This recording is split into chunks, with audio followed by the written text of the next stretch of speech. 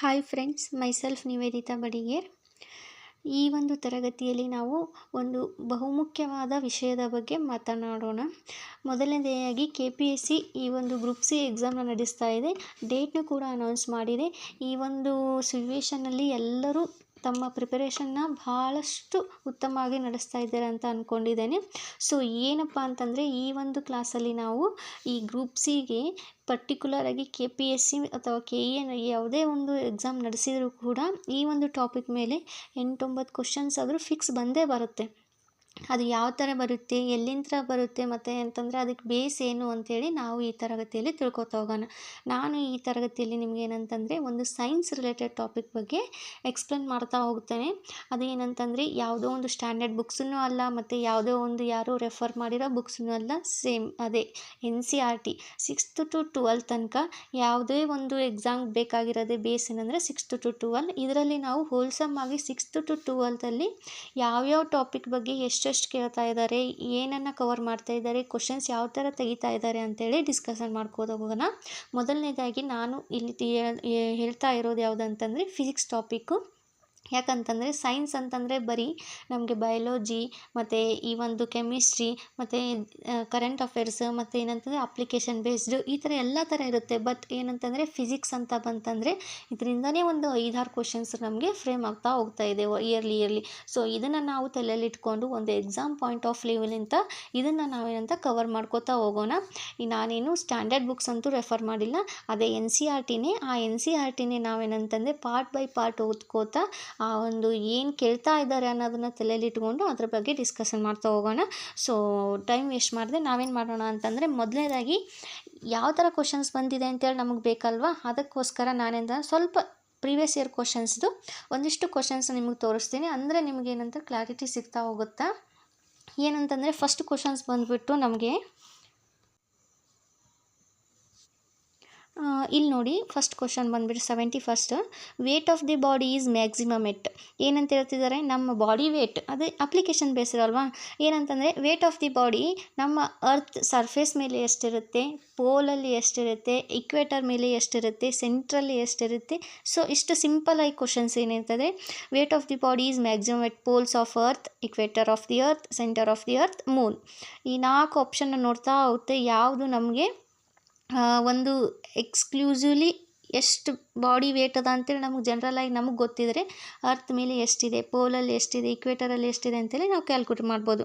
ಅದೇ ರೀತಿಯಾಗಿ next question ನೋಡಿ ಇಲ್ಲಿ. ಅ ಬುಲೆಟ್ ಆಫ್ ಮಾಸ್, ಒಂದು ನಿಮಿಷ, ಓಕೆ ಇಲ್ಲಿ ನೋಡಿ. ಈ ಕ್ವಶನ್ಸ್ ಬಂದುಬಿಟ್ಟು a bullet of mass 0.1 kg is fired with the speed of 100 meter per second. The mass of gun is 50 kg. Velocity of the recoil is. ಏನು ಕೇಳ್ತಾ ಬಂದಿದ್ದಾರೆ, ವೆಲಾಸಿಟಿನ ಕೇಳ್ತಾ ಇದ್ದಾರೆ. ಏನು ವೆಲಾಸಿಟಿ ಅಂದರೆ ಏನಂತ ಗೊತ್ತಿರಬೇಕಾ, ಸ್ಪೀಡ್ ಬಗ್ಗೆ ಗೊತ್ತಿರಬೇಕಾ, ನಮಗೇನಂತಂದರೆ ಮಾಸ್ ಅಂದರೆ ಏನು ಗೊತ್ತಿರಬೇಕಾ. ಈ ಥರ ಒಂದು 4 ಟಾಪಿಕ್ನ ನಾವು ಸಪ್ರೇಟಾಗಿ ಕಲ್ಕೋತಾ ಹೋಗಿ ಅದನ್ನು ಆಮೇಲೆ ಕೊಲಾಬರೇಟ್ ಮಾಡಿ ಆ ಒಂದು ಫಾರ್ಮುಲಾನ ಇಲ್ಲಿ ಹಾಕಿದರೆ ನಮ್ಗೆ ಆನ್ಸರ್ ಖಂಡಿತವಾಗಿ ಬರುತ್ತೆ. ಸೊ ಇದನ್ನು ನಾವು ಇಲ್ಲಿ ಹೋಗೋಣ. ನೆಕ್ಸ್ಟ್ ನೋಡಿ, ಈ ಥರ ಬೇರೆ ಬೇರೆ ಕ್ವಶನ್ಸು ಇದ್ದಾವೆ. ಇಲ್ಲಿ ನೋಡಿ, name of the technology working on scientific principle of Bernoulli's principle in the fluid dynamics. ಏನು ಇಷ್ಟೇ ಸೇಮ್ ಕೇಳ್ತಾ ಇರೋದೇನು, ಯಾವ ಟೆಕ್ನಾಲಜಿನ ಯೂಸ್ ಮಾಡ್ತಿದ್ದೀವಿ, ಎಲ್ಲಿ, ಈ ಒಂದು ಬರ್ನಾಲಿಸ್ ಪ್ರಿನ್ಸಿಪಲ್ ಅನ್ನೋದರಲ್ಲಿ ಯಾವ ಒಂದು ಟೆಕ್ನಾಲಜಿನ ಯೂಸ್ ಮಾಡಿದ್ದೀವಿ ಅಂತೇಳಿ. ಅದು ಎಲೆಕ್ಟ್ರಿಕ್ ಜನರೇಟರಾ, ಇಲ್ಲ ಏರೋಪ್ಲೇನಾ, ಇಲ್ಲ ಸೋನಾರಾ, ಇಲ್ಲ ರಾಕೆಟ್ ಪ್ರಪೋಲ್ಷನ, ಏನನ್ನು ಯೂಸ್ ಮಾಡೀವಿ ಅಂತ ಕೇಳ್ತಾ ಇದ್ದಾರೆ. ನೆಕ್ಸ್ಟ್ ಕ್ವಶನ್ ನೋಡಿ, the value in SI unit for carrot is. ನೋಡಿ SI ಯೂನಿಟ್ ಬಗ್ಗೆ ಕೇಳಿದ್ದಾರೆ. ಯೂನಿಟ್ಸ್ ಆ್ಯಂಡ್ ಮೆಜರ್ಮೆಂಟ್ ಅಂತೇಳಿ ಸಪ್ರೇಟ್ ಟಾಪಿಕೇ ಇದೆ ನಮಗೆ SI ಯೂನಿಟ್ಸ್ ಮೇಲೆ. ಅದರಲ್ಲಿ ನಮಗೆ CSK, FSK ಈ ಥರ ಒಂದು ಯೂನಿಟ್ಸ್ ಆ್ಯಂಡ್ ಮೆಜರ್ಮೆಂಟ್ಸ್ ಮೇಲೆ ಬರುತ್ತೆ. ಅದರಲ್ಲಿಂದ ನಾವು ಯೂನಿಟ್ಗಳನ್ನ ಈಸಿಯಾಗಿ ಕಂಡುಹಿಡಿಬೋದು. ನೆಕ್ಸ್ಟ್ ಕ್ವಶನ್ ನೋಡಿ, a car travelling at 20 km/h speeds up to 60 km/h in 6 seconds. The acceleration will be. ಎಕ್ಸಲರೇಷನ್ನ ಕೇಳ್ತಾ ಇದ್ದಾರೆ. ಎಕ್ಸಲರೇಷನ್ ನಮಗೆ ಬೇಕಿತ್ತು ಅಂತಂದರೆ ನಮಗೆ ಸ್ಪೀಡ್ ಮೊದಲು ಗೊತ್ತಿರಬೇಕು. ಸ್ಪೀಡ್ ಅಂದ್ರೇನು, ವೆಲಾಸಿಟಿ ಅಂದ್ರೇನು, ವೆಲಾಸಿಟಿ ಸ್ಪೀಡ್ಗೆ ಡಿಫ್ರೆನ್ಸ್ ಏನು, ಇಷ್ಟೆಲ್ಲ ನಾವು ತಿಳ್ಕೊತಾ ಹೋದ್ವಿ ಅಂದರೆ ಆರಾಮಾಗಿ ನಾವು ಈ ಕ್ವಶನ್ಸ್ನ ಮಾಡ್ಬೋದು. ನೆಕ್ಸ್ಟ್ ಕ್ವಶನ್ ನೋಡಿ, which of the following is one dimensional. One dimensional ಯಾವುದಿದೆ? Earth revolving around the sun, motion of wheels of moving train, train turning on a straight track, landing of an aircraft. ಇದರಲ್ಲಿ ಯಾವುದು one dimensional ಆಗುತ್ತೆ? ನಾವು ಮ್ಯಾಥಮೆಟಿಕ್ಸ್ನಲ್ಲಿ ನೋಡ್ತೀವಿ 1 dimension, 1 2D 3D ಅಂತೇಳಿ. ಅದೇ ಥರ ಇಲ್ಲಿ ಒನ್ ಡೈಮೆನ್ಷನಲ್ ಆಗಿ ಯಾವುದು ಹೋಗ್ತಾ ಇದೆ ಅಂತೇಳಿ ಫಿಸಿಕ್ಸ್ ಬೇಸ್ಡ್ ಕ್ವಶನ್ಸ್ ಬಂದಿದೆ. ಇಷ್ಟೇ ಅಲ್ಲ, ಬೇರೆ ಬೇರೆ ರೀತಿದಾಗೂ ಕೇಳ್ತಾ ಇದ್ದಾರೆ. ಸಿಂಪಲ್ ಆಗಿ ಇಲ್ಲಿ ನೋಡಿ 88th ಕ್ವಶನ್ನು ಏನಂತ ಇದೆ ಅಂತಂದರೆ, ಒಂದು ನಿಮಿಷ, ಇದು ಲೈಟ್ ಎಮಿಟಿಂಗ್ ಡಯೋಡ್ ಅಂತೇಳಿ. ಈ ಲೈಟ್ ಎಮಿಟಿಂಗ್ ಡಯೋಡು ಇದರಲ್ಲಿ ಯಾವ ಒಂದು ಮೆಟಲ್ನ ಯೂಸ್ ಮಾಡಿದ್ದಾರೆ ಅಂತ ಕೇಳ್ತಾ ಇದ್ದಾರೆ. ಯಾವುದು? ಜರ್ಮೇನಿಯಮ, ಸಿಲಿಕಾನ, ಈ ಒಂದು GaAsPd ಅಂತಂದರೆ ಗ್ಯಾಲಿಯಮ್ ಆರ್ಸೆನೈಡ್ ಫಾಸ್ಫೈಡ, ಇಲ್ಲ ಕಾಪರ್, ಯಾವುದನ್ನು ಯೂಸ್ ಮಾಡಿದ್ದಾರೆ ಅಂತ ಕೇಳ್ತಾರೆ. ಮೇನ್ ಈ ಒಂದು ಫಿಸಿಕ್ಸ್ ಅಂತ ಬಂತಂದರೆ ನಮಗೆ ಕೇಳೋ ಕ್ವಶನ್ಸೇ ಯಾವುದು? SI ಯೂನಿಟ್, ಒಂದು ಪ್ರಿನ್ಸಿಪಲ್ ಇರುತ್ತೆ, ಇಲ್ಲ ಅಂತಂದರೆ ಒಂದು ಫಾರ್ಮುಲಾ ಬೇಸ್ಡ್ ಕ್ವಶನ್ಸ್ ಇರುತ್ತೆ, ಇಲ್ಲ ಒಂದು ಅಪ್ಲಿಕೇಶನ್ ಬೇಸ್ಡ್. ಇವೆಲ್ಲನೂ ನಾವು NCERTಲೇ ನೋಡ್ಬೋದು. ಸೊ ಇದೆಲ್ಲ ನಾವು ಈಸಿಯಾಗಿ ಕವರ್ ಮಾಡ್ಕೋತಾ ಸಿಂಪಲ್ಲಾಗಿ ಈ ಟಾಪಿಕ್ಗಳನ್ನ ನಾವು ಇಲ್ಲಿ ಕಲಿತಾ ಹೋಗೋಣ. ಫಸ್ಟ್ನೇದಾಗಿ ನಾನು ಕವರ್ ಮಾಡ್ತಾ ಇರೋ ಟಾಪಿಕ್ ಯಾವುದು ಅಂತಂದರೆ ಸೌಂಡ್ ಬಗ್ಗೆ. ಸೌಂಡ್ ಅಂತಂದರೆ ಏನು? ಮೊದಲನೇದಾಗಿ ಸೌಂಡ್ ಅಂತಂದರೆ ಕನ್ನಡದಲ್ಲಿ ಶಬ್ದ ಅಂತೇಳಿ ನಾವು ಕಲಿತೇವೆ, ಹೌದಾ? ಶಬ್ದ ಅಂದರೆ ಎಲ್ಲರಿಗೂ ಗೊತ್ತಿದೆ. ಶಬ್ದ ಎಲ್ಲಿಂದ ಬರುತ್ತೆ, ಯಾವ್ಯಾವ ಥರ ಬರುತ್ತೆ ಅಂತೇಳಿ ನಮಗೆಲ್ಲ ಗೊತ್ತೇ ಇರೋವಂಥದ್ದು. ಏನಂತಂದರೆ ಯಾವುದೇ ಒಂದು ಆಬ್ಜೆಕ್ಟ್ನ ನಾವು ಕೆಳಗೆ ಹೊಡೆದ್ರೆ ಸೌಂಡ್ ಬರುತ್ತೆ, ಇಲ್ಲ ನಾವೇ ನಮ್ಮ ಕೈಯಿಂದ ಈ ಥರ ಹೊಡ್ಕೊಂಡ್ರೂ ನಮಗೆ ಸೌಂಡ್ ಅನ್ನೋದು ಕೇಳಿಸುತ್ತೆ. ಆದರೆ ಸೌಂಡಲ್ಲಿ ಅಷ್ಟೊಂದು ಡಿಫಿಕಲ್ಟ್ ಆಗಿರೋಂಥದ್ದು ಏನೂ ಇಲ್ಲ. ಈಸಿಯಾಗಿ ನಾವು ಇದನ್ನು ತಿಳ್ಕೊತಾ ಹೋಗೋಣ. ಮೊದಲನೇದಾಗಿ sound is a form of energy. Sound ಅನ್ನೋದು ಏನಂತಂದರೆ ಇದೊಂದು ಫಾರ್ಮ್ ಆಫ್ ಎನರ್ಜಿ ಅಂತೇಳಿ. ಈಗ ನಮ್ಗೆ ಎನರ್ಜಿ ಎಲ್ಲಿಂದ ಬರುತ್ತೆ ಅಂತ ನಮ್ಗೆ ಗೊತ್ತಾಗುತ್ತಲ್ವ. ಎಲ್ಲಿ ನಾವು ಒಂದು ಆಹಾರನ ತೆಗೆದುಕೊಳ್ಳೋದ್ರಿಂದ, ನೀರನ್ನು ಕುಡಿಯೋದ್ರಿಂದ, ಮತ್ತು ಈ ಒಂದು ಗಾಳಿಯನ್ನು ತೆಗೆದುಕೊಳ್ಳೋದ್ರಿಂದ ನಮಗೆ ಎನರ್ಜಿ ಬರುತ್ತೆ. ಅದೇ ರೀತಿ ಈ ಒಂದು ಸೌಂಡ್ ಎನರ್ಜಿ ಅನ್ನೋದು ಕೂಡ ಒಂದು ಟೈಪ್ ಆಫ್ ಎನರ್ಜಿ ಅಂತೇಳಿ ನಾವಿಲ್ಲಿ ನೋಡ್ಬೋದು. ನೆಕ್ಸ್ಟ್ ಏನದಂತಂದರೆ ಇದು ಒಂದು ನಾವು ಕನ್ಸರ್ವೇಷನ್ ಆಫ್ ಎನರ್ಜಿ ಅಂತೇಳಿ ನಾವು ಓದ್ತೇವೆ. ಕನ್ಸರ್ವೇಷನ್ ಅಂತಂದ್ರೇನು? It is neither B destroyed neither be created ನಾರ್ ಬಿ ಕ್ರಿಯೇಟೆಡ್ ಅಂತೇಳಿ. ಕನ್ಸರ್ವ್ ಆಗಿ ಇರುತ್ತೆ, ಅದು ಎಲ್ಲಿನೂ ಹಾಳಾಗೋದಿಲ್ಲ, ಮತ್ತೇನು ಎಲ್ಲಿನೂ ಹುಟ್ಟೋದು, ಎಲ್ಲ ಕಡೆನೂ ಅದು ಟ್ರಾನ್ಸ್ಫರ್ ಆಕೋತಾನೆ ಹೋಗುತ್ತೆ. ಅದಕ್ಕೇನಂತ ಕರಿತೀವಿ ನಾವು? ಕನ್ಸರ್ವೇಷನ್ ಆಫ್ ಎನರ್ಜಿ ಅಂತೇಳಿ ಕರಿತೀವಿ. Energy isn't lost but transforms. Energy ಎಲ್ಲಿನೂ ಖರ್ಚಾಗಲ್ಲ, ಇದೇನು ಲಾಸ್ಟ್ ಆಗೋದೇ ಇಲ್ಲ, ಯಾವಾಗಲೂ ಏನಂತಂದ್ರೆ ಟ್ರಾನ್ಸ್ಫರ್ ಆಕೋತಾನೆ ಹೋಗುತ್ತೆ. ಒಂದು ಬಾಡಿಲಿಂತ್ರ ಇನ್ನೊಂದಿಗೆ, ಒಂದು ಮೀಡಿಯಮ್ಲಿಂತ್ರ ಇನ್ನೊಂದಿಗೆ, ಈ ಥರ ಏನೋ ಅದು ಟ್ರಾನ್ಸ್ಫರ್ ಆಕೋತಾ ಹೋಗಿರುತ್ತೆ. ಇದಕ್ಕೇನಂತ ಕರಿತೀವಿ? ಕನ್ಸರ್ವೇಷನ್ ಆಫ್ ಎನರ್ಜಿ ಅಂತೇಳಿ ಕರಿತೀವಿ. ಈ ಒಂದು ಟ್ರಾನ್ಸ್ಫಾರ್ಮ್ ಆಗುತ್ತೆ ಅಂತ ಹೇಳಿದ್ನಲ್ಲ, ಅದು ಯಾವ ಥರ ಕನ್ವರ್ಟ್ ಆಗಿ ಹೋಗುತ್ತಾ? ನಾವು ನಮ್ಮಲ್ಲಿರೋಂಥ ಎನರ್ಜಿ ಏನಾಗುತ್ತಾ, ನಾವು ಆಹಾರನ ತೊಗೋತೀವಲ್ವ, ಅದು ಆಹಾರ ನಮ್ಗೆ ಏನಂತಂದರೆ ನಮ್ಮ ಒಂದು ಆ್ಯಕ್ಟಿವ್ನೆಸ್ಗೆ ಹೆಲ್ಪ್ ಆಗುತ್ತೆ. ಡೈಲಿ ನಾವು ಏನಾದರೂ ವರ್ಕ್ ಮಾಡೋಕ್ಕೆ ನಮಗೆ ಆ ಎನರ್ಜಿ ಆ ಒಂದು ವರ್ಕ್ ಆಗಿ ಕನ್ವರ್ಟ್ ಆಗಿ ಹೋಗುತ್ತೆ. ಅದೇ ರೀತಿ ಸೌಂಡ್ ಎನರ್ಜಿ ಯಾವ ಥರ ಕನ್ವರ್ಟ್ ಆಗುತ್ತಾ ಅಂತಂದರೆ, it is converted into thermal, electrical R kinetic energy in other objects. ಏನಂತಂದರೆ ಒಂದು ಆಬ್ಜೆಕ್ಟ್ಲಿಂದ ಏನಾದ್ರು ಟ್ರಾನ್ಸ್ಫರ್ ಆಗತ್ತದಂತಂದರೆ ಅದು ಏನು? ಥರ್ಮಲ್ ಎನರ್ಜಿ ಹೀಟ್ ಎನರ್ಜಿ ಆಗಿರೋ ಕನ್ವರ್ಟ್ ಆಗಿರುತ್ತೆ, ಇಲ್ಲ ಎಲೆಕ್ಟ್ರಿಕಲ್ ಎನರ್ಜಿ ಆಗಿರೋ ಕನ್ವರ್ಟ್ ಆಗಿರುತ್ತೆ, ಇಲ್ಲ ಕೈನೆಟಿಕ್ ಎನರ್ಜಿ ಆಗಿರೋ ಕನ್ವರ್ಟ್ ಆಗಿ ಹೋಗುತ್ತಾ ಅಂತೇಳಿ ಇಲ್ಲಿ ಹೇಳ್ತಾರೆ. ನೆಕ್ಸ್ಟ್ ಸೌಂಡ್ ಅನ್ನೋದು ಏನಂತಂದರೆ ಒಂದು ಮೆಕ್ಯಾನಿಕಲ್ ವೇವ್ ಇದ್ದಂಗೆ. ಇದು ಮೆಕ್ಯಾನಿಕಲ್ ವೇವ್ ಅಂತಂದರೆ ಏನಂತೇಳಿ ನಾನು ಹೇಳ್ತೇನೆ. ಮೊದಲನೇದಾಗಿ ಇದೇನಂತಂದರೆ ಒಂದು ಮೆಕ್ಯಾನಿಕಲ್ ವೇವ್ ಅಂತೇಳಿ. ಈ ಮೆಕ್ಯಾನಿಕಲ್ ವೇವು ಏನು ಅಂತ ನಾನು ಇಲ್ಲಿ ನೆಕ್ಸ್ಟ್ ಹೇಳ್ತೇನೆ, ಒಂದು ನಿಮಿಷ. ಓಕೆ, ಇದು ಒಂದು ಮೆಕ್ಯಾನಿಕಲ್ ವೇವು. ಮತ್ತು ಇದೇನು, ಇದು ಒಂದು ಮೀಡಿಯಮ್ ಬೇಕು ಇದನ್ನು ಟ್ರಾನ್ಸ್ಫರ್ ಆಗಬೇಕಿತ್ತಂದರೆ. ಮತ್ತೇನು, ಇದು ಮೋಸ್ಟ್ ಇಂಪಾರ್ಟೆಂಟ್ ಇದೊಂದು ಟಾಪಿಕ್. ಇದೊಂದು ಇಲ್ಲಿ ನೋಡ್ಕೊಳ್ಳಿ, it is slowest in gases and fastest in solids ಅಂತೇಳಿ. ಸೌಂಡ್ ಅಂತಂದರೆ ಏನಂದರೆ ಇದು ಗ್ಯಾಸ್ನಲ್ಲಿ ಸ್ಲೋ ಆಗಿ ಇರುತ್ತೆ, ಮತ್ತು ಒಂದು ಸಾಲಿಡ್ನಲ್ಲಿ ಫಾಸ್ಟಾಗಿ ಇರುತ್ತೆ ಅಂತೇಳಿ ಹೇಳ್ತಾರೆ. ನೆಕ್ಸ್ಟ್ ಈ ಒಂದು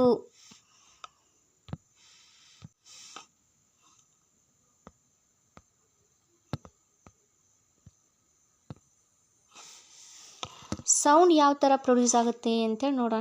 ನಮಗೆಲ್ಲ ಗೊತ್ತು ಸೌಂಡ್ ಯಾವ ಥರ ಪ್ರೊಡ್ಯೂಸ್ ಆಗುತ್ತೆ ಅಂತೇಳಿ. ಪ್ರೊಡಕ್ಷನ್ ಆಫ್ ಸೌಂಡ್ ಅಂತೇಳಿ ಏನಿದು ಪ್ರೊಡಕ್ಷನ್ ಆಫ್ ಸೌಂಡ್ ಅಂತಂದರೆ ಸೌಂಡ್ ಯಾವ ಥರ ಪ್ರೊಡ್ಯೂಸ್ ಆಗುತ್ತೆ ಅಂತಂದರೆ it is due to the vibration of objects ಅಂತೇಳಿ. ಸೌಂಡ್ ಹೆಂಗಾಗುತ್ತೆ ಅಂದರೆ ವೈಬ್ರೇಟ್ ಆಗೋದ್ರಿಂದ, ಯಾವುದೇ ಒಂದು ಆಬ್ಜೆಕ್ಟ್ ವೈಬ್ರೇಟ್ ಆಗಿತ್ತು ಅಂತಂದರೆ ಅಲ್ಲಿ ಸೌಂಡ್ ಪ್ರೊಡ್ಯೂಸ್ ಆಗಿದೆ ಅಂತಲೇ ಅರ್ಥ. ವೈಬ್ರೇಟ್ ಆಗಬೇಕಂತಂದ್ರೂ ನಾವು ಬಾಡಿಗೆ ಏನಾದರೂ ಒಂದು ನಾವು ಫೋರ್ಸ್ ಹಾಕಿದರೆ ಅಲ್ವಾ ಅದು ವೈಬ್ರೇಟ್ ಆಗೋದು. So external forces causes the vibration of a body ಅಂತೇಳಿ. ಏನು ವೈಬ್ರೇಷನ್ ಆಗೋದಕ್ಕಿಂತ ಏನಾಗುತ್ತೆ ಸೌಂಡ್ ಪ್ರೊಡ್ಯೂಸ್ ಆಗುತ್ತೆ. ಆ ವೈಬ್ರೇಷನ್ ಆಗೋಕ್ಕೆ ಏನು ಬೇಕಂದರೆ ಒಂದು ಎಕ್ಸ್ಟರ್ನಲ್ ಫೋರ್ಸ್, ನಾವೇ ಏನೋ ಒಂದು ವೈಬ್ರೇಷನ್ ಆ ಬಾಡಿ ಇರುತ್ತಲ್ಲ ಆ ಬಾಡಿ ಮೇಲೆ ನಾವು ಪ್ರೆಷರ್ ಹಾಕಿದ್ರಷ್ಟೇ ಅದೇನಾಗುತ್ತೆ ಎಕ್ಸ್ಟರ್ನಲ್ ಫೋರ್ಸ್ ಆಗುತ್ತಾ. ಈ ಒಂದು ಎಕ್ಸ್ಟರ್ನಲ್ ಫೋರ್ಸ್ಲಿಂದನೇ ಅದು ವೈಬ್ರೇಟ್ ಆಗಿ ಒಂದು ಸೌಂಡ್ ಅನ್ನೋದನ್ನು ಪ್ರೊಡ್ಯೂಸ್ ಮಾಡುತ್ತೆ. ಸೊ ಇಲ್ಲಿ ನೀವೇನು ಹೆಂಗೆ ಸೌಂಡ್ ಪ್ರೊಡ್ಯೂಸ್ ಆಗುತ್ತಾ ಅಂತಂದರೆ ವೈಬ್ರೇಷನ್ ಅಂತೇಳಿ ನೀವು ಗೊತ್ತಿರಬೇಕು ನಿಮಗೆ. ನೆಕ್ಸ್ಟ್ ಬಂದುಬಿಟ್ಟು ಈ ಒಂದು ಪ್ರೊಪಗೇಷನ್ ಆಫ್ ಸೌಂಡ್ ಹೆಂಗೆ ಬರುತ್ತೆ ಅಂತೇಳಿ ಗೊತ್ತಾಯ್ತು ನಮ್ಗೆ. ಹೆಂಗೆ ವೈಬ್ರೇಟ್ ಆಗೋದ್ರಿಂದ ಬಂತು ಒಂದು ಎಕ್ಸ್ಟರ್ನಲ್ ಫೋರ್ಸು ಒಂದು ಬಾಡಿ ಮೇಲೆ ಒಂದು ಪ್ರೆಷರ್ನ ಹಾಕಿತ್ತು ಅಂತಂದರೆ ಅಲ್ಲಿ ಏನಾಗುತ್ತೆ ಅಂತಂದರೆ ಒಂದು ವೈಬ್ರೇಟ್ ಆಗಿ ಅಲ್ಲಿ ಸೌಂಡ್ ಬರುತ್ತೆ. ಆದರೆ ಅದು ಸೌಂಡ್ ಯಾವ ಥರ ಹೋಗುತ್ತೆ ಅಂತ ಗೊತ್ತಾಗಬೇಕಲ್ಲ. ಪ್ರೊಪಗೇಷನ್ ಅಂದ್ರೇನು, ಯಾವ ಥರ ಹೋಗುತ್ತೆ ಅಂತೇಳಿ. ಯಾವ ಥರ ಹೋಗುತ್ತೆ ಅಂತಂದರೆ ಸೌಂಡ್ ಪ್ರೊಪಗೇಟ್ಸ್ ಆ್ಯಸ್ ಅ ವೇವ್ ಅಂದರೆ ಏನು, ಈ ಥರ ವೇವ್ ಟೈಪ್ ಹೋಗುತ್ತದು. ಈ ಒಂದು ಸೌಂಡ್ ಅನ್ನೋದು ಏನಂತಂದರೆ ಯಾವಾಗಲೂ ವೇವ್ ಟೈಪ್ ಹೋಗುತ್ತೆ. ಇನ್ನು ಮೀಡಿಯಮ್ ಆಫ್ ಎಲ್ಲಿ ಹೋಗುತ್ತೆ ಅದು ನಮ್ಗೆ ಗೊತ್ತಿಲ್ಲ. ಲಿಕ್ವಿಡ್, ಗ್ಯಾಸ್, ಸಾಲಿಡ್ ಈ ಮೂರರಲ್ಲಿ ಸೌಂಡ್ ಅನ್ನೋದು ಟ್ರಾವೆಲ್ ಆಗಿ ಹೋಗುತ್ತೆ. ಈ ಥರ ವೇವ್ ಫಾರ್ಮಲ್ಲಿ ಅದು ಹೋಗುತ್ತೆ. ಅದು ಎಲ್ಲಿ ಲಿಕ್ವಿಡ್ ಮತ್ತು ಸಾಲಿಡ್ಸ್ ಮತ್ತು ಗ್ಯಾಸಿಯಸ್ ಈ ಮೂರರಲ್ಲಿನೂ ಅದು ಸೌಂಡು ಟ್ರಾವೆಲ್ ಆಗಿ ಹೋಗುತ್ತೆ. ಸೊ ಇಲ್ಲಿ ನಾವು ಒಂದು ವಿಷಯನ ತಿಳ್ಕೊಂಡ್ವಿ. ಏನಂದರೆ ಸೌಂಡು ಪ್ರೊಡಕ್ಷನ್ ಇದು ಹೆಂಗಾಗುತ್ತೆ ಮತ್ತು ಅದು ಪ್ರೊಪಗೇಷನ್ ಹೆಂಗಾಗುತ್ತೆ ಇವೆರಡು ನಮಗೆ ಗೊತ್ತಾಯಿತು. ಆದರೆ ಪ್ರೊಪಗೇಷನ್ ಆಫ್ ಸೌಂಡ್ ಹೆಂಗೆ ವೇವ್ ಹೋಗುತ್ತೆ ಅಂತ ಹೇಳಿದ್ರೆ ವೇವ್ ಬಗ್ಗೆ ನಮಗೆ ಒಂದಿಷ್ಟು ಗೊತ್ತಿರಬೇಕು. ಆಗಳೇ ಹೇಳಿದೆ ನಾನು ನಿಮಗೆ ಮೆಕ್ಯಾನಿಕಲ್ ವೇವ್ ಅಂತೇಳಿ ಹೇಳ್ತೀನಿ ಅಂತೇಳಿ. ಸೊ ಇಲ್ಲಿ ಬರುತ್ತೆ ಟೈಪ್ಸ್ ಆಫ್ ವೇವ್ ಅಂತೇಳಿ. 2 ಟೈಪ್ಸ್ ಆಫ್ ವೇವ್ನ ನಾವಿಲ್ಲಿ ನೋಡ್ತೇವೆ. ಒಂದು ಟೈಪ್ ಆಫ್ ವೇವ್ ಯಾವುದು ಅಂತಂದರೆ ಮೆಕ್ಯಾನಿಕಲ್ ವೇವ್ ಅಂತೇಳಿ. ಇನ್ನೊಂದು ಟೈಪ್ ಯಾವುದು ಅಂತಂದರೆ ಎಲೆಕ್ಟ್ರೋಮ್ಯಾಗ್ನೆಟಿಕ್ ವೇವ್ ಅಂತೇಳಿ. ಒಂದು ಮೆಕ್ಯಾನಿಕಲ್ ವೇವು, ಇನ್ನೊಂದು ಎಲೆಕ್ಟ್ರೋಮ್ಯಾಗ್ನೆಟಿಕ್ ವೇವ್. ಮೊದಲನೇದಾಗಿ ಮೆಕ್ಯಾನಿಕಲ್ ವೇವ್ ಅಂತಂದರೆ ಇದು ಏನಂತಂದರೆ ಒಂದು medium is required for a sound propagation. Sound ಯಾವಾಗಲೂ ಒಂದು ಪ್ಲೇಸ್ಲಿಂದ ಇನ್ನೊಂದು ಪ್ಲೇಸಿಗೆ ಹೋಗ್ಬೇಕಿತ್ತಂದರೆ ಒಂದು ಮೀಡಿಯಮ್ ಅನ್ನೋದು ಬೇಕೇ ಬೇಕು. ಈ ಮೀಡಿಯಮ್ ಅಂತಂದರೆ ಒಂದು ವಾಹಕ ಇದ್ದಂಗೆ. ನಮ್ಗೆ ಒಂದು ಪ್ಲೇಸ್ಲಿಂದ ಇನ್ನೊಂದು ಪ್ಲೇಸಿಗೆ ತೊಗೊಂಡೋಗೋದು ವಾಹಕ ಅಂತ ಕರಿತೀವಿ. ಅದನ್ನೇನು ಮೀಡಿಯಮ್ ಅಂತಲೇ ಕರಿತೀವಿ. ಈ ಮೀಡಿಯಮ್ ಅನ್ನೋದು ಯಾವುದಾದ್ರೂ ಆಗಿರ್ಬೋದು, ಲಿಕ್ವಿಡ್ ಆದ್ರೂ ಆಗಿರ್ಬೋದು, ಸಾಲಿಡ್ ಆಗಿರ್ಬೋದು, ಇಲ್ಲ ಅಂದರೆ ಏರ್ ಆಗಿದ್ರೂ ಆಗ್ಬೋದು. ಈ ಥರ ಸಾಲಿಡು, ಲಿಕ್ವಿಡು, ಗ್ಯಾಸಿಯಸ್ ಈ ಥರ ಒಂದು ಮೀಡಿಯಮ್ನಿಂದ ಟ್ರಾವೆಲ್ ಆಗೋದಕ್ಕೆ ಏನಂತ ಕರಿತೀವಿ ಮೆಕ್ಯಾನಿಕಲ್ ವೇವ್ಸ್ ಅಂತೇಳಿ ಕರಿತೀವಿ. ಆದರೆ ಇವು ಮೂರಲಿಂತ್ರನೂ ಒಂದು ಸೌಂಡ್ ಅನ್ನೋದು ಟ್ರಾವೆಲ್ ಆಗಲ್ಲ. ಅದಕ್ಕೆ ಏನಂತ ಕರಿತೀವಿ ಎಲೆಕ್ಟ್ರೋಮ್ಯಾಗ್ನೆಟಿಕ್ ವೇವ್ ಅಂತೇಳಿ ಕರಿತೀವಿ. ಎಲೆಕ್ಟ್ರೋಮ್ಯಾಗ್ನೆಟಿಕ್ ಅಂದ್ರೇನು, it does not required any medium. ಈ ಮೀಡಿಯಮ್ ಅನ್ನೋದು ಅಲ್ಲಿ ಬೇಕಾಗೇ ಇರೋದಿಲ್ಲ ಎಲೆಕ್ಟ್ರೋಮ್ಯಾಗ್ನೆಟಿಕ್ ವೇವ್. ಇಲ್ಲೇ ನೋಡಿರಿ ಎಕ್ಸಾಂಪಲ್ಸು. ಒಂದು ಏರ್. ಈಗ ನಾವು ಮಾತಾಡ್ತಾ ಇರ್ತೀವಿ. ನಾವು ಮಾತಾಡೋ ಟೈಮ್ನಾಗ ನಂದು ಶಬ್ದ ನಿಮಗೆ ಕೇಳಿಸ್ಬೇಕಿತ್ತು, ನಾನು ಮುಂದೆ ನೀವು ಕುಂತಿದ್ದಾಗ ನನ್ನ ಶಬ್ದ ನಿಮಗೆ ಕೇಳಿಸ್ಬೇಕಿತ್ತು ಅಂದ್ರೆ ಅಲ್ಲಿ ಒಂದು ಮೀಡಿಯಮ್ ಬೇಕು. ಅದೇ ಏನು ಏರ್ ಅನ್ನೋದೊಂದು ಏನು ಗ್ಯಾಸಿಯಸ್ ಮೀಡಿಯಮ್ ಇದ್ದಂಗೆ. ಇದರಲ್ಲಿಂತ್ರನೇ ಸೌಂಡ್ ಟ್ರಾವೆಲ್ ಆಗುತ್ತೆ. ಬಟ್ ಇನ್ನೊಂದು ಟೈಪ್ಸ್ ಆಫ್ ವೇವ್ ಇದೆ. ಯಾವುದು ಎಲೆಕ್ಟ್ರೋಮ್ಯಾಗ್ನೆಟಿಕ್ ವೇವ್ ಅಂತೇಳಿ.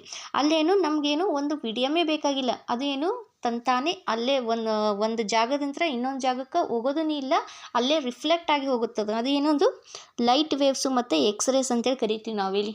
ಲೈಟ್ ಏನು ನಾವು ಇಲ್ಲಿ ನಿಂತಿರ್ತೀವಿ ಅಲ್ಲಿ ತನಕನೂ ಕಾಣಿಸ್ತಿರ್ತದೆ, ದೂರ ತನಕನೂ. ಅದು ಆ ಒಂದು ಕಾಣಿಸ್ಲಿಕ್ಕೆ ಕಾರಣ ಏನು electromagnetic wave. It is not a mechanical wave. ಇಲ್ಲಿಂದ ಅಲ್ಲಿಗೆ ಬೇರೆ ಜಾಗಕ್ಕೆ ಹೋಗ್ಬೇಕಿತ್ತಂದ್ರೆ ಮೆಕ್ಯಾನಿಕಲ್ ವೇವ್ ಬೇಕು. ಬಟ್ ಅದೇ ಜಾಗದಲ್ಲಿ ಅಲ್ಲೇ ರಿಫ್ಲೆಕ್ಟ್ ಆಗ್ತಾ ಇತ್ತಂದರೆ ಅದೇನು ಎಲೆಕ್ಟ್ರೋಮ್ಯಾಗ್ನೆಟಿಕ್ ವೇವ್ ಅಂತೇಳಿ ನಾವು ಕರಿತೀವಿ. ಸೊ ಇದರಿಂದ ಏನು ಮೆಕ್ಯಾನಿಕಲ್ ವೇವ್ ಅಂತಂದರೆ ಮೀಡಿಯಮ್ ಬೇಕು, ಎಲೆಕ್ಟ್ರೋಮ್ಯಾಗ್ನೆಟಿಕ್ ಅಂದರೆ there is no required for the medium ಅಂತೇಳಿ. ನೆಕ್ಸ್ಟ್ ಮೆಕ್ಯಾನಿಕಲ್ ವೇವಲ್ಲಿ 2 ಟೈಪ್ಸ್ ಆಫ್ ವೇವ್ನ ನೋಡ್ತೀವಿ. ಒಂದು ಲಾಂಗಿಟ್ಯೂಡ್ನಲ್ ವೇವು, ಇನ್ನೊಂದು ಟ್ರಾನ್ವರ್ಸ್ ವೇವ್ ಅಂತೇಳಿ ಕರಿತೀವಿ. ಏನು ಇವೆರಡು ಲಾಂಗಿಟ್ಯೂಡ್ನಲ್ ವೇವು ಮತ್ತು ಟ್ರಾನ್ವರ್ಸ್ ವೇವು ಅಂತಂದರೆ ಇದ್ರ ಬಗ್ಗೆ ಒಂದಿಷ್ಟು ಡಿಫ್ರೆನ್ಸನ್ನು ನಾನು ನೆಕ್ಸ್ಟಲ್ಲಿ ಹೇಳ್ತೀನಿ. ಮೊದಲನೇದಾಗಿ ಇಲ್ಲಿ ನೋಡಿ, ಲಾಂಗಿಟ್ಯೂಡ್ನಲ್ ಅಂತಂದರೆ ಈ ಥರ ರೇರ್ ಫ್ರ್ಯಾಕ್ಷನ್ನು ಮತ್ತು ಕಾಂಪ್ರೆಷನ್ ಅಂತೇಳಿ ಬರುತ್ತೆ. ಏನಪ್ಪ ಇದು ರೇರ್ ಫ್ರ್ಯಾಕ್ಷನ್ನು ಕಾಂಪ್ರೆಷನ್ನು ಅಂತಂದರೆ ಹೇಳ್ತೇನೆ. ಓಕೆ, ಇಲ್ಲಿ ನೋಡಿ,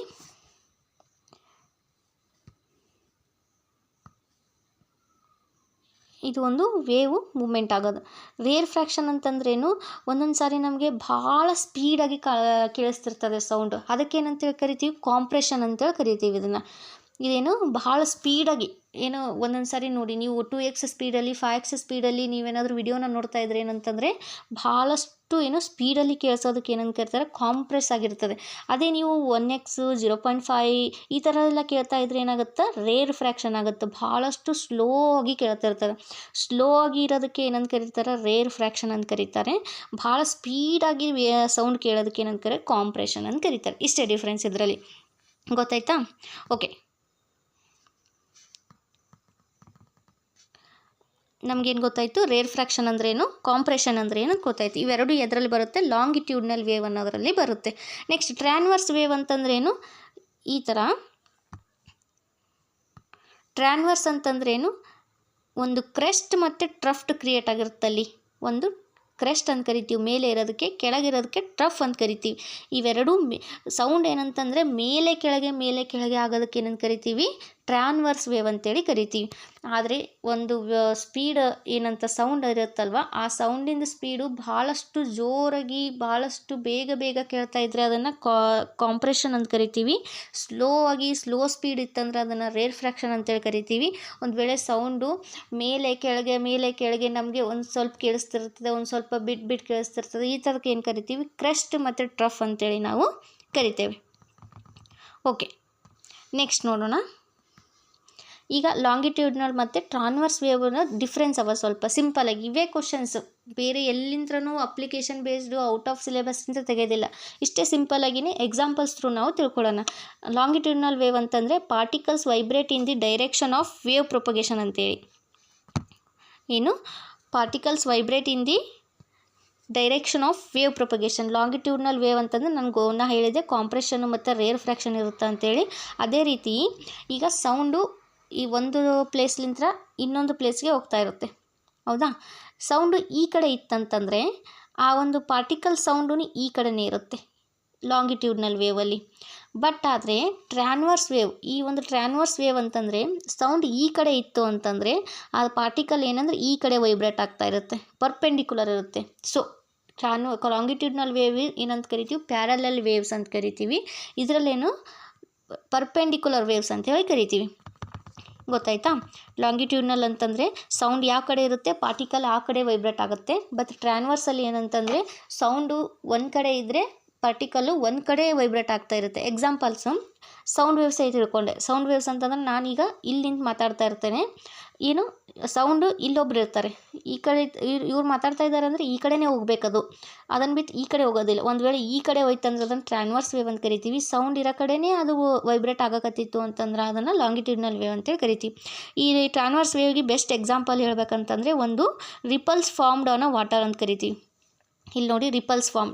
ಈಗ ನೀರಿರುತ್ತಲ್ವ, ಈ ಒಂದು ಕೊಳದಲ್ಲಿ ನೀರಿದೆ ಅಂತ ತಿಳ್ಕೊಳ್ಳಿ. ಇಲ್ಲಿ ನಾವು ಒಂದು ಕಲ್ಲು ಹೋಗೋದ್ಗಳೇ ಏನು ಅದು ಏನು ವೇವ್ ಈ ಕಡೆ ಎಲ್ಲ ಕಡೆಯೂ ಹೋಗ್ತಾ ಇರುತ್ತೆ ಅಲ್ವಾ. ಈ ಕಡೆ ಎಲ್ಲ ಕಡೆ ಹೋಗೋದ ಕಡೆನೇ ನಾವು ಹಾಕಿದ್ದು ಎಲ್ಲಿ ಕಲ್ಲು ಇಲ್ಲಿ ಸೌಂಡ್ ಇಲ್ಲಿ ಪ್ರೊಡ್ಯೂಸ್ ಆಗಬೇಕಾ, ಬಟ್ ಅದೇನು ಈ ಕಡೆ ಹೋಗ್ತಾ ಇದೆ, ಹೌದಾ? ಬಟ್ ಇಲ್ಲಿ ಲಾಂಗಿಟ್ಯೂಡ್ನಲ್ ವೇವ್ ಏನು ಸೌಂಡ್ ಈ ಕಡೆ ನಾವು ಯಾರಿಗೋ ಒಬ್ಬರಿಗೆ ಕೂಗ್ತಾ ಇದ್ದೀವಿ, ಇಲ್ಲಿಂದ ಇಲ್ಲಿಗೆ ಕೂಗ್ತಾ ಇದ್ದೀವಿ ಅಂತಂದ್ರೆ ಅಲ್ಲೇ ಹೋಗುತ್ತದು. ಬಟ್ ಇಲ್ಲೇನಂತಂದರೆ ಅಪೋಸಿಟ್ಟಾಗಿ ಪರ್ಪೆಂಡಿಕ್ಯುಲರ್ ಆಗಿ ಹೋಗುತ್ತೆ. ಇದೇ ಎಕ್ಸಾಂಪಲ್ ಇದಕ್ಕೆ, ಗೊತ್ತಾಯ್ತಾ? ಓಕೆ, ನೆಕ್ಸ್ಟ್ ಏನಂತಂದರೆ ಇಲ್ಲೇನು ನಮ್ಗೆ ಗೊತ್ತಿರೋ ರೇರ್ ಫ್ರ್ಯಾಕ್ಷನ್ ಕಾಂಪ್ರೆಷನ್ ಎಲ್ಲಿ ಆಗುತ್ತೆ ಲಾಂಗಿಟ್ಯೂಡ್ನಲ್ ವೇವ್ ಆಗುತ್ತೆ. ಮತ್ತು ಕ್ರೆಸ್ಟ್ ಮತ್ತು ಟ್ರಫ್ ಎಲ್ಲಿ ಕ್ರಿಯೇಟ್ ಆಗುತ್ತೆ ಅಂದರೆ ಟ್ರಾನ್ವರ್ಸ್ ವೇವಲ್ಲಿ ಕ್ರಿಯೇಟ್ ಆಗುತ್ತೆ. ಮೋಸ್ಟ್ ಇಂಪಾರ್ಟೆಂಟ್ ಇನ್ನೂ ಒಂದು ಇಲ್ಲಿ ಏನಂತಂದ್ರೆ ಕೇಳೋದೇ ಇದೆ ಕ್ವಶನ್ಸ್ ಇದರಲ್ಲಿ. ವೇವ್ಸ್ ಟ್ರಾವೆಲ್ ಇನ್ ಸಾಲಿಡ್ಸ್ ಮತ್ತು ಲಿಕ್ವಿಡ್ಸು ಮತ್ತು ಗ್ಯಾಸ್. ಈ ಲಾಂಗಿಟ್ಯೂಡ್ನಲ್ ವೇವ್ ಏನಂದರೆ ಸಾಲಿಡು ಲಿಕ್ವಿಡು ಗ್ಯಾಸ್ ಇವೆಲ್ಲ ಏನು ಮೀಡಿಯಮ್ಸ್, ಈ ಮೂರು ಮೀಡಿಯಮಲ್ಲಿ ಟ್ರಾವೆಲ್ ಹಾಕೋತಾ ಹೋಗುತ್ತೆ. ಬಟ್ ಇದು ಏನದಲ್ವಾ ಟ್ರಾನ್ವರ್ಸ್ ವೇವು, ಈ ಟ್ರಾನ್ವರ್ಸ್ ವೇವು ಬರೀ ಸಾಲಿಡ್ಸ್ ಮತ್ತು ಸರ್ಫೇಸ್ ಆಫ್ ಲಿಕ್ವಿಡ್ಸ್ ಮೇಲೆ ಅಷ್ಟೇ ಟ್ರಾವೆಲ್ ಹಾಕೋತಾ ಹೋಗುತ್ತೆ. ಅದೇ ವೈಬ್ರೇಟ್ ಆಗುತ್ತೆ ಅಂತ ಹೇಳಿದ್ವಲ್ಲ ಬಾಡಿ, ಇಲ್ಲಿಂದ ಅಲ್ಲಿ ಜಾಗಕ್ಕೆ ಒಂದು ಸೌಂಡ್ ಟ್ರಾವೆಲ್ ಆಗಬೇಕಿತ್ತಂದ್ರೆ ಈ ಒಂದು ಲಾಂಗಿಟ್ಯೂಡ್ನಲ್ ವೇವ್ ಏನಂತಂದ್ರೆ ಸಾಲಿಡ್ಸು ಲಿಕ್ವಿಡ್ಸು ಗ್ಯಾಸಸ್ ಈ ಮೂರರಲ್ಲೂ ಟ್ರಾವೆಲ್ ಆಗುತ್ತೆ. ಬಟ್ ಇದೊಂದು ಟ್ರಾನ್ವರ್ಸ್ ವೇವ್ ಅಂತಂದರೆ ಬರೀ ಏನಂದರೆ ಸಾಲಿಡ್ಸು ಮತ್ತು ಸರ್ಫೇಸ್ ಆಫ್ ಲಿಕ್ವಿಡ್ಸ್, ಬರೀ ಸರ್ಫೇಸ್ ಒಳಗಲ್ಲ, ಏನಂದರೆ ನೀರಿನ ಮೇಲೆ ಅಷ್ಟೇ ಇದೇನು ಟ್ರಾವೆಲ್ ಹಾಕೋತೋಗುತ್ತೆ, ಪೂರಾ ಒಳಗಂತೂ ಇದು ಟ್ರಾನ್ವರ್ಸ್ ವೇವಲ್ಲಿ ಆಗೋದಿಲ್ಲ. ಇದರಲ್ಲಿಂದ ನಮ್ಗೆ ಏನು ಗೊತ್ತಾಯಿತು ಅಂತಂದರೆ ಈ ಒಂದು ಸೌಂಡ್ ವೇವ್ ಇದೆಲ್ಲ ಇದೇನು ಅಂತಂದರೆ ಇದೊಂದು ಮೆಕ್ಯಾನಿಕಲ್ ವೇವು ಮತ್ತು ಏನಂದರೆ ಲಾಂಗಿಟ್ಯೂಡ್ನಲ್ ವೇವ್ ಅಂತೇಳಿ ಕರಿತೀವಿ. ಮೆಕ್ಯಾನಿಕಲ್ಲೇ 2 ಟೈಪ್ಸ್ ನೋಡಿದ್ದೀವಿ, ಲಾಂಗಿಟ್ಯೂಡ್ ಮತ್ತು ಟ್ರಾನ್ವರ್ಸ್. ಪರ್ಟಿಕ್ಯುಲರಾಗಿ ಸೌಂಡ್ ವೇವ್ ಅಂತ ಬಂದರೆ ಅದು ಲಾಂಗಿಟ್ಯೂಡ್ನಲ್ ಮತ್ತು ಮೆಕ್ಯಾನಿಕಲ್ ವೇವ್ ಅದ ಅಂತೇಳಿ ನಾವು ಇಲ್ಲಿ ಹೇಳ್ತೇವೆ. ಓಕೆ, ವೇವ್ ಬಗ್ಗೆ ಗೊತ್ತಾಯಿತು, 2 ಟೈಪ್ಸ್ ಆಗಿ ತಿಳ್ಕೊಂಡ್ವಿ. ಆದರೆ ಸ್ವಲ್ಪ ವೇವಿಂದು ಸ್ವಲ್ಪ ಪ್ರಾಪರ್ಟೀಸ್ ಇದ್ದಾವೆ, ಅದು ಇಂಪಾರ್ಟೆಂಟ್. ಏನದು ಒಂದು ಪ್ರಾಪರ್ಟೀಸ್ ಅಂತಂದರೆ, ವೇವ್ ಅಂತಂದರೆ ನಮ್ಗೆ ಸಿಂಪಲಾಗಿ ಗೊತ್ತು, ಈ ಥರ ಇದಕ್ಕೆ ವೇವ್ ಅಂತ ಕರಿತೀವಿ. ಈ ಒಂದು ಮೇಲೆ ಇರೋದಕ್ಕೆ ಕ್ರೆಸ್ಟ್ ಅಂತ ಹೇಳಿದೆ, ಇದಕ್ಕೆ ಟ್ರಫ್ ಅಂತ ಹೇಳಿದೆ. ಈಗಿರುವಾಗ ಈ ಒಂದು ಮೇಲೆ ಮತ್ತು ಕೆಳಗೆ ಇದಕ್ಕೆ ಡಿಸ್ಟೆನ್ಸ್ ಇರುತ್ತಲ್ವ, ಈ ಡಿಸ್ಟೆನ್ಸ್ನೇ ಏನಂತ ಕರಿತೀವಿ ನಾವು, ಆ್ಯಂಪ್ಲಿಟ್ಯೂಡ್ ಅಂತೇಳಿ ಕರಿತೀವಿ. ಎ ಅಂತೇಳಿ ಅದನ್ನು ನಾವು ಡಿನೋಟ್ ಮಾಡ್ತೀವಿ. ಈ ಆ್ಯಂಪ್ಲಿಟ್ಯೂಡ್ನ ಹೆಂಗೆ ಮೆಜರ್ ಮಾಡ್ತಾರೆ ಅಂತಂದರೆ ಡೆಸಿಬಲ್ ಅಂತೇಳಿ ಕರಿತೀವಿ. ಸೊ ಇಲ್ಲಿಂದ ಏನು ಗೊತ್ತಾಯಿತು, ಸೌಂಡ್ನ ಯಾವ ಥರ ಮೆಜರ್ ಮಾಡ್ತಾರೆ ಅಂತಂದರೆ ಡೆಸಿಬಲ್ ಅಂತೇಳಿ ಕರಿತೀವಿ. ಡೆಸಿ ಅಂದರೆ ಗೊತ್ತು, 10⁻10 ಅಂತೇಳಿ. ಬೆಲ್ ಅಂತಂದ್ರೇನು, ಇದನ್ನು ಡೆಸಿಬಲ್ನ ಕಂಡುಹಿಡಿದವ್ರು ಯಾರು ಅಂತಂದರೆ ಗ್ರಹಾಂ ಬೆಲ್ ಅಂತೇಳಿ. ಸೊ ಅದಕ್ಕೆ ಅವರ ಹೆಸರನ್ನ ಅಲ್ಲಿ ಇಟ್ಟಿದ್ದಾರೆ, ಡೆಸಿಬಲ್ ಅಂತೇಳಿ. Sound is measured in decibel ಅಂತೇಳಿ. ಸೊ ಇದರಿಂದ ನಮಗೇನು ಗೊತ್ತಾಯಿತು, ಆ್ಯಂಪ್ಲಿಟ್ಯೂಡ್ ಅಂದರೆ ಡಿಸ್ಟೆನ್ಸ್ ಅನ್ನೋಂಥದ್ದು, ಅದನ್ನು ಡೆಸಿಬಲಲ್ಲಿ ಮೆಜರ್ ಮಾಡ್ತೇವೆ. ಈ ಒಂದು ಡೆಸಿಬಲ್ನ ಯಾರು ಕಂಡುಹಿಡಿದ್ರು ಅಂತಂದರೆ ಗ್ರಹಾಂ ಬೆಲ್ ಅನ್ನೋರು ಇದನ್ನು ಡೆಸಿಬಲ್ನ ಕಂಡುಹಿಡಿದ್ರು. ನೆಕ್ಸ್ಟ್ ಇನ್ನೊಂದು ಫ್ರೀಕ್ವೆನ್ಸಿ ಅಂತ ಹೇಳ್ತೀವಿ. ಫ್ರೀಕ್ವೆನ್ಸಿ ಅಂತಂದ್ರೇನು, ಹರ್ಜನ್ನು ಮೆಜರ್ ಮಾಡ್ತೀವಿ. ಹರ್ಜಲ್ಲಿ ಇದನ್ನು ಫ್ರೀಕ್ವೆನ್ಸಿ ಅಂದರೆ ಹರ್ಜಲ್ಲಿ ಮೆಜರ್ ಮಾಡ್ತೀವಿ. ಇದೇನು number of vibrations per second ಅಂತೇಳಿ. ಏನಪ್ಪ number of vibrations per second ಅಂತಂದರೆ, ಈ ಒಂದು ವೈಬ್ರೇಟ್ ಆಗುತ್ತಾ ಬಾಡಿ ನೋಡಿ, ಇಲ್ಲಿಂದ ಇಲ್ಲಿಗೆ ಈ ಥರ ವೈಬ್ರೇಟ್ ಆಗಕ್ಕೆ ಈ ಒಂದು ಕವರ್ ಆಗೋದಕ್ಕೆ ಜಸ್ಟ್ ಈ ಥರ ಬಂದು ಹಿಂಗೆ ಹೋಗೋದಕ್ಕೆ ಒಂದು ಸೈಕಲ್ ಅಂತ ಕರಿತೀವಿ. ಇಲ್ಲೇನೋ ಸೌಂಡ್ ಪ್ರೊಡ್ಯೂಸ್ ಆಯಿತು ಅಂತಲೇ ಅರ್ಥ. ಸೊ ಈ ಒಂದು ಫ್ರೀಕ್ವೆನ್ಸಿಯಲ್ಲಿ ಒಂದು ಸೈಕಲ್ನ ಕವರ್ ಮಾಡೋದಕ್ಕೆ ಏನಂತ ಕರಿತೀವಿ, ಫ್ರೀಕ್ವೆನ್ಸಿ ಅಂತೇಳಿ ಕರಿತೀವಿ. ಇದನ್ನು ಯಾವ ಥರ ಮೆಜರ್ ಮಾಡ್ತೀವಿ ಅಂದರೆ ಹರ್ಜಲ್ಲಿ ಮೆಜರ್ ಮಾಡ್ತೀವಿ. ಈಗ ಆ್ಯಂಪ್ಲಿಟ್ಯೂಡ್ನ ಹೆಂಗೆ ಡೆಸಿಬಲಲ್ಲಿ ಮೆಜರ್ ಮಾಡ್ತೀವಿ, ಅದೇ ಥರ ಫ್ರೀಕ್ವೆನ್ಸಿಯನ್ನು ಹರ್ಜ್ನಲ್ಲಿ ಮೆಜರ್ ಮಾಡ್ತೀವಿ. ನೆಕ್ಸ್ಟ್ ಬಂದುಬಿಟ್ಟು ವೇವ್ ಲೆಂತ್ ಅಂತೇಳಿ. ವೇವ್ ಲೆಂತ್ ಅಂದ್ರೆ ಇದು ಹೆಂಗೆ ಲ್ಯಾಂಬ್ಡಾ ಅಂತೇಳಿ ಮೆಜರ್ ಮಾಡ್ತೀವಿ. ವೇವ್ ಲೆಂತ್ ಅಂದ್ರೆ ಡಿಸ್ಟೆನ್ಸ್ ಅಂತೇಳಿ. ಆ್ಯಂಪ್ಲಿಟ್ಯೂಡ್ ಅಂತಂದ್ರೆ ಏನು ಹೇಳ್ತಿದ್ದೆ, ಅದನ್ನು ನಾವು ಡಿಸ್ಟೆನ್ಸ್ ಅಂತೇಳಿ ಲೌಡ್ನೆಸ್ ಅಂತೇಳಿ ಹೇಳ್ತೀವಿ. ಎಷ್ಟು ಜೋರಾಗಿ ಕೇಳಿಸ್ತಾ ಇದೆ ನಮಗೆ ಅನ್ನೋದಕ್ಕೆ ಆ್ಯಂಪ್ಲಿಟ್ಯೂಡು. ಬಟ್ ವೇವ್ ಲೆಂತ್ ಅಂದ್ರೇನು, ಎಷ್ಟು ದೂರದಿಂದ ಕೇಳಿಸ್ತಾ ಇದೆ ಅದನ್ನು ವೇವ್ ಲೆಂತ್ ಅಂತ ಕರಿತೀವಿ. Distance between two consecutive compression and rarefaction. Compression rarefaction ಹೇಳಿದ್ನಲ್ಲ ನಿಮಗೆ, ಈ ಥರ ಕಾಂಪ್ರೆಷನ್ನು ಮತ್ತು ಇದು ರೇರ್ಫ್ರಾಕ್ಷನ್ ದೂರ ಇರೋದು, ಇದೆರಡರದ್ದು ಡಿಫ್ರೆನ್ಸ್ನ ನಾವೇನು ಕರಿತೀವಿ, ವೇವ್ ಲೆಂತ್ ಅಂತೇಳಿ ಕರಿತೀವಿ. ಗೊತ್ತಾಯ್ತಾ. ನೆಕ್ಸ್ಟ್ ನೆಕ್ಸ್ಟ್ ಬರೋದೇ ಸ್ಪೀಡ್ ಅಪ್ ಏನಂತಂದರೆ ಹೌ ಫಾಸ್ಟ್ ಸೌಂಡ್ ಟ್ರಾವೆಲ್ಸ್, ಎಷ್ಟು ಫಾಸ್ಟಾಗಿ ಹೋಗತ್ತದ ಸೌಂಡ್. ಏನು 10 km/h ಹೋಗತ್ತದ, ಏನು 20 km/h ಹೋಗತ್ತದ, ಈ ಥರ ಇದನ್ನು ಸೌಂಡ್ನ ಮೆಜರ್ ಮಾಡೋದಕ್ಕೆ ಸ್ಪೀಡ್ ಅಂತೇಳಿ ಕರಿತೀವಿ. ಈ ಸ್ಪೀಡನ್ನು ವಿ ಅಂತೇಳಿ ಮೆಜರ್ ಮಾಡ್ತೀವಿ. ವಿ ಅಂತಂದ್ರೇನು, ಫ್ರೀಕ್ವೆನ್ಸಿ ಇಂಟು ವೇವ್ ಲೆಂತ್ ಅಂತೇಳಿ ನಾವು ಹೇಳ್ತೀವಿ. ಫ್ರೀಕ್ವೆನ್ಸಿ ಇಂಟು ವೇವ್ ಲೆಂತ್ ಅಂದರೆ ಏನು ಗೊತ್ತಾಯ್ತು ನಮ್ಗೆ. ಫ್ರೀಕ್ವೆನ್ಸಿ ಅಂದ್ರೇನು, number of vibrations per second. Wave length ಅಂದ್ರೇನು, ಎಷ್ಟು ದೂರ ಹೋಗ್ತಾ ಇದೆ, ಎಷ್ಟು ಡಿಸ್ಟೆನ್ಸ್ ಇದೆ ಅದು ಇಬ್ಬರು ಮಾತಾಡ್ತಾ ಇದ್ದಾರೆ ಅಂದರೆ ಅವರಿಬ್ಬರ ನಡುವೆ ಎಷ್ಟು ಡಿಫ್ರೆನ್ಸ್ ಮೇಲೆ ಒಂದು ವೇವ್ ಟ್ರಾವೆಲ್ ಆಗ್ತಾ ಇದೆ, ಇದನ್ನು ನಾವೇನು ವೇವ್ ಲೆಂತ್ ಅಂತೇಳಿ ಕರಿತೀವಿ. ಈ ನಾಲ್ಕು ಭಾಳಷ್ಟು ಇಂಪಾರ್ಟೆಂಟ್ ಆಗುತ್ತೆ. ಆ್ಯಂಪ್ಲಿಟ್ಯೂಡ್ ಅಂದರೆ ಎದ್ರಲ್ಲಿ ಯಾವುದ್ರನ್ನ ಮೆಜರ್ ಮಾಡ್ತೀವಿ, ಡೆಸಿಬಲ್, ಮತ್ತು ಫ್ರೀಕ್ವೆನ್ಸಿನ ಹರ್ಜಲ್ಲಿ ಹೇಳ್ತಾರೆ, ಮತ್ತು ವೇವ್ ಲೆಂತ್ನ ಲ್ಯಾಂಬ್ಡಾದಲ್ಲಿ ಹೇಳ್ತಾರೆ, ಮತ್ತು ಸ್ಪೀಡನ್ನು ವಿನಲ್ಲಿ ಹೇಳ್ತಾರೆ. ವಿ ಅಂತಂದರೆ ಫ್ರೀಕ್ವೆನ್ಸಿ ಇಂಟು ಲ್ಯಾಂಬ್ಡಾ ಅಂತೇಳಿ. ಆ್ಯಂಪ್ಲಿಟ್ಯೂಡ್ ಅಂದರೆ ಎಷ್ಟು ಜೋರಾಗಿ ಒಂದು ಸೌಂಡ್ ಕೇಳ್ತಾ ಇದೆ. ಫ್ರೀಕ್ವೆನ್ಸಿ ಅಂದರೆ ಆ ಸೌಂಡ್ ಎಷ್ಟು ಕವರ್ ಮಾಡೈತಿ ಅಂತೇಳಿ. ವೇವ್ ಲೆಂತ್ ಅಂದರೆ ಎಷ್ಟು ಡಿಸ್ಟೆನ್ಸ್ ಅದು ಐತೆ ಅವರಿಬ್ಬರ ನಡುವೆ ಮಾತಾಡೋರ ನಡುವೆ. ಮತ್ತು ಸ್ಪೀಡ್ ಅಂತಂದರೆ ಎಷ್ಟು ಫಾಸ್ಟ್ನಾಗ ಟ್ರಾವೆಲ್ ಆಗಕತ್ತೈತಿ ಒಬ್ಬರಿಂದ ಇನ್ನೊಬ್ಬರಿಗೆ ಆ ಒಂದು ಸೌಂಡ್ ಅನ್ನೋದು ಇವು ನಾಲ್ಕು ನಮಗೆ ಇಲ್ಲಿ ಡಿಫ್ರೆನ್ಸು ಗೊತ್ತಾಯ್ತು. ಐ ಹೋಪ್ ಇದು ಎಲ್ಲವೂ ನಿಮಗೆ ಕ್ಲಿಯರ್ ಆಗಿದೆ ಅಂತೇಳಿ. ನೆಕ್ಸ್ಟ್ ಬಂದುಬಿಟ್ಟು ಇನ್ನೊಂದು ಇಂಪಾರ್ಟೆಂಟ್ ಟಾಪಿಕ್ ಇದೆ ಇದರಲ್ಲಿ, ಏನಂತ ಹೇಳ್ತೇನೆ. ನೆಕ್ಸ್ಟ್ ಆಡಿಯೋ ಫ್ರೀಕ್ವೆನ್ಸಿ ರೇಂಜ್ ಅಂತೇಳಿ. ಫ್ರೀಕ್ವೆನ್ಸಿ ರೇಂಜ್, ಈಗ ಸೌಂಡು ಕೇಳಿಸ್ತದೆ ಅಂತ ಹೇಳ್ತೀವಿ, ಬಟ್ ಎಷ್ಟು ನಮ್ಮ ಸೌಂಡ್ ಕೇಳಿಸ್ಬೇಕು. ಈಗ ನೋಡಿ ಎಲ್ಲೋ ಒಂದು ಕಡೆ ಸ್ಪೀಕರ್ ಹಚ್ಚಿರ್ತಾರೆ, ನಮಗೇನು ಹಾರ್ಶ್ ಸೌಂಡ್ ಅನಿಸ್ತದೆ, ಅದು ಅಂದರೂ ಕೇಳಿಸ್ತಿರೋದು ನಮಗದು ಹಾರ್ಶ್ ಅನ್ನಿಸ್ತಿದೆ. ಆ ಥರ ನಮ್ಮ ಕಿವಿಗೂ ಇಷ್ಟೇ ಸೌಂಡು ನಮಗೆ ಮೃದುನ ಕೊಡುತ್ತದೆ. ಅಷ್ಟರಲ್ಲೇ ಕೇಳಿದರೆ ನಮಗೇನು ಏನೂ ಎಫೆಕ್ಟಿವ್ನೆಸ್ ಇರೋಲ್ಲ. ಅದಕ್ಕಿಂತ ಏನಾದರೂ ಜಾಸ್ತಿ ನಮ್ಗೆ ಕೇಳಿದರೆ ನಮಗೇನು ಇಯರ್ ಪ್ರಾಬ್ಲಮ್ ಆಗುತ್ತೆ. ಒಬ್ಬೊಬ್ಬರಿಗೆ ನೋಡ್ತೀರ ಇಯರ್ ಪ್ರಾಬ್ಲಮ್ ಇರುತ್ತೆ, ಒಂದು ಹಾರ್ಶ್ ಫೀಲಿಂಗ್ ಅನ್ನಿಸ್ತಿರ್ತದೆ. ಇದಕ್ಕೆಲ್ಲ ಕಾರಣ ಏನಂತಂದರೆ ನಮಗೆ ಬೇಕಾಗಿರೋದಕ್ಕಿಂತ ಹೆಚ್ಚು ಸೌಂಡು ನಾವು ಕೇಳಿಸ್ಕೋತಾ ಇರ್ತೀವಿ, ಅದ್ರ ಸಂಬಂಧನೇ. ಇದಕ್ಕೇನಂತ ಕರಿತೀವಿ, ಫ್ರೀಕ್ವೆನ್ಸಿ ರೇಂಜ್ ಅಂತ ಕರಿತೀವಿ. ಅದೇ ಪರ್ ಸೈಕಲ್ನಾಗ ಎಷ್ಟು ಸೌಂಡ್ ನಮಗೆ ಕೇಳಿಸ್ಬೇಕು ಅಂತ ಇರುತ್ತಲ್ಲ ಅಷ್ಟು ಆಡಿಯೋ ಅಂತಂದ್ರೆ ನಮ್ಗೆ ಎಷ್ಟು ಕೇಳಿಸ್ಬೇಕು ಅಷ್ಟೇ ಲಿಮಿಟ್ನಾಗ ಇರಬೇಕು. ಅದು ಈ ರೇಂಜ್ ಎಷ್ಟು ಇರಬೇಕು ಅನ್ನೋದನ್ನೇ ಇಲ್ಲಿ ನೋಡ್ತಾ ಇದ್ದೀವಿ.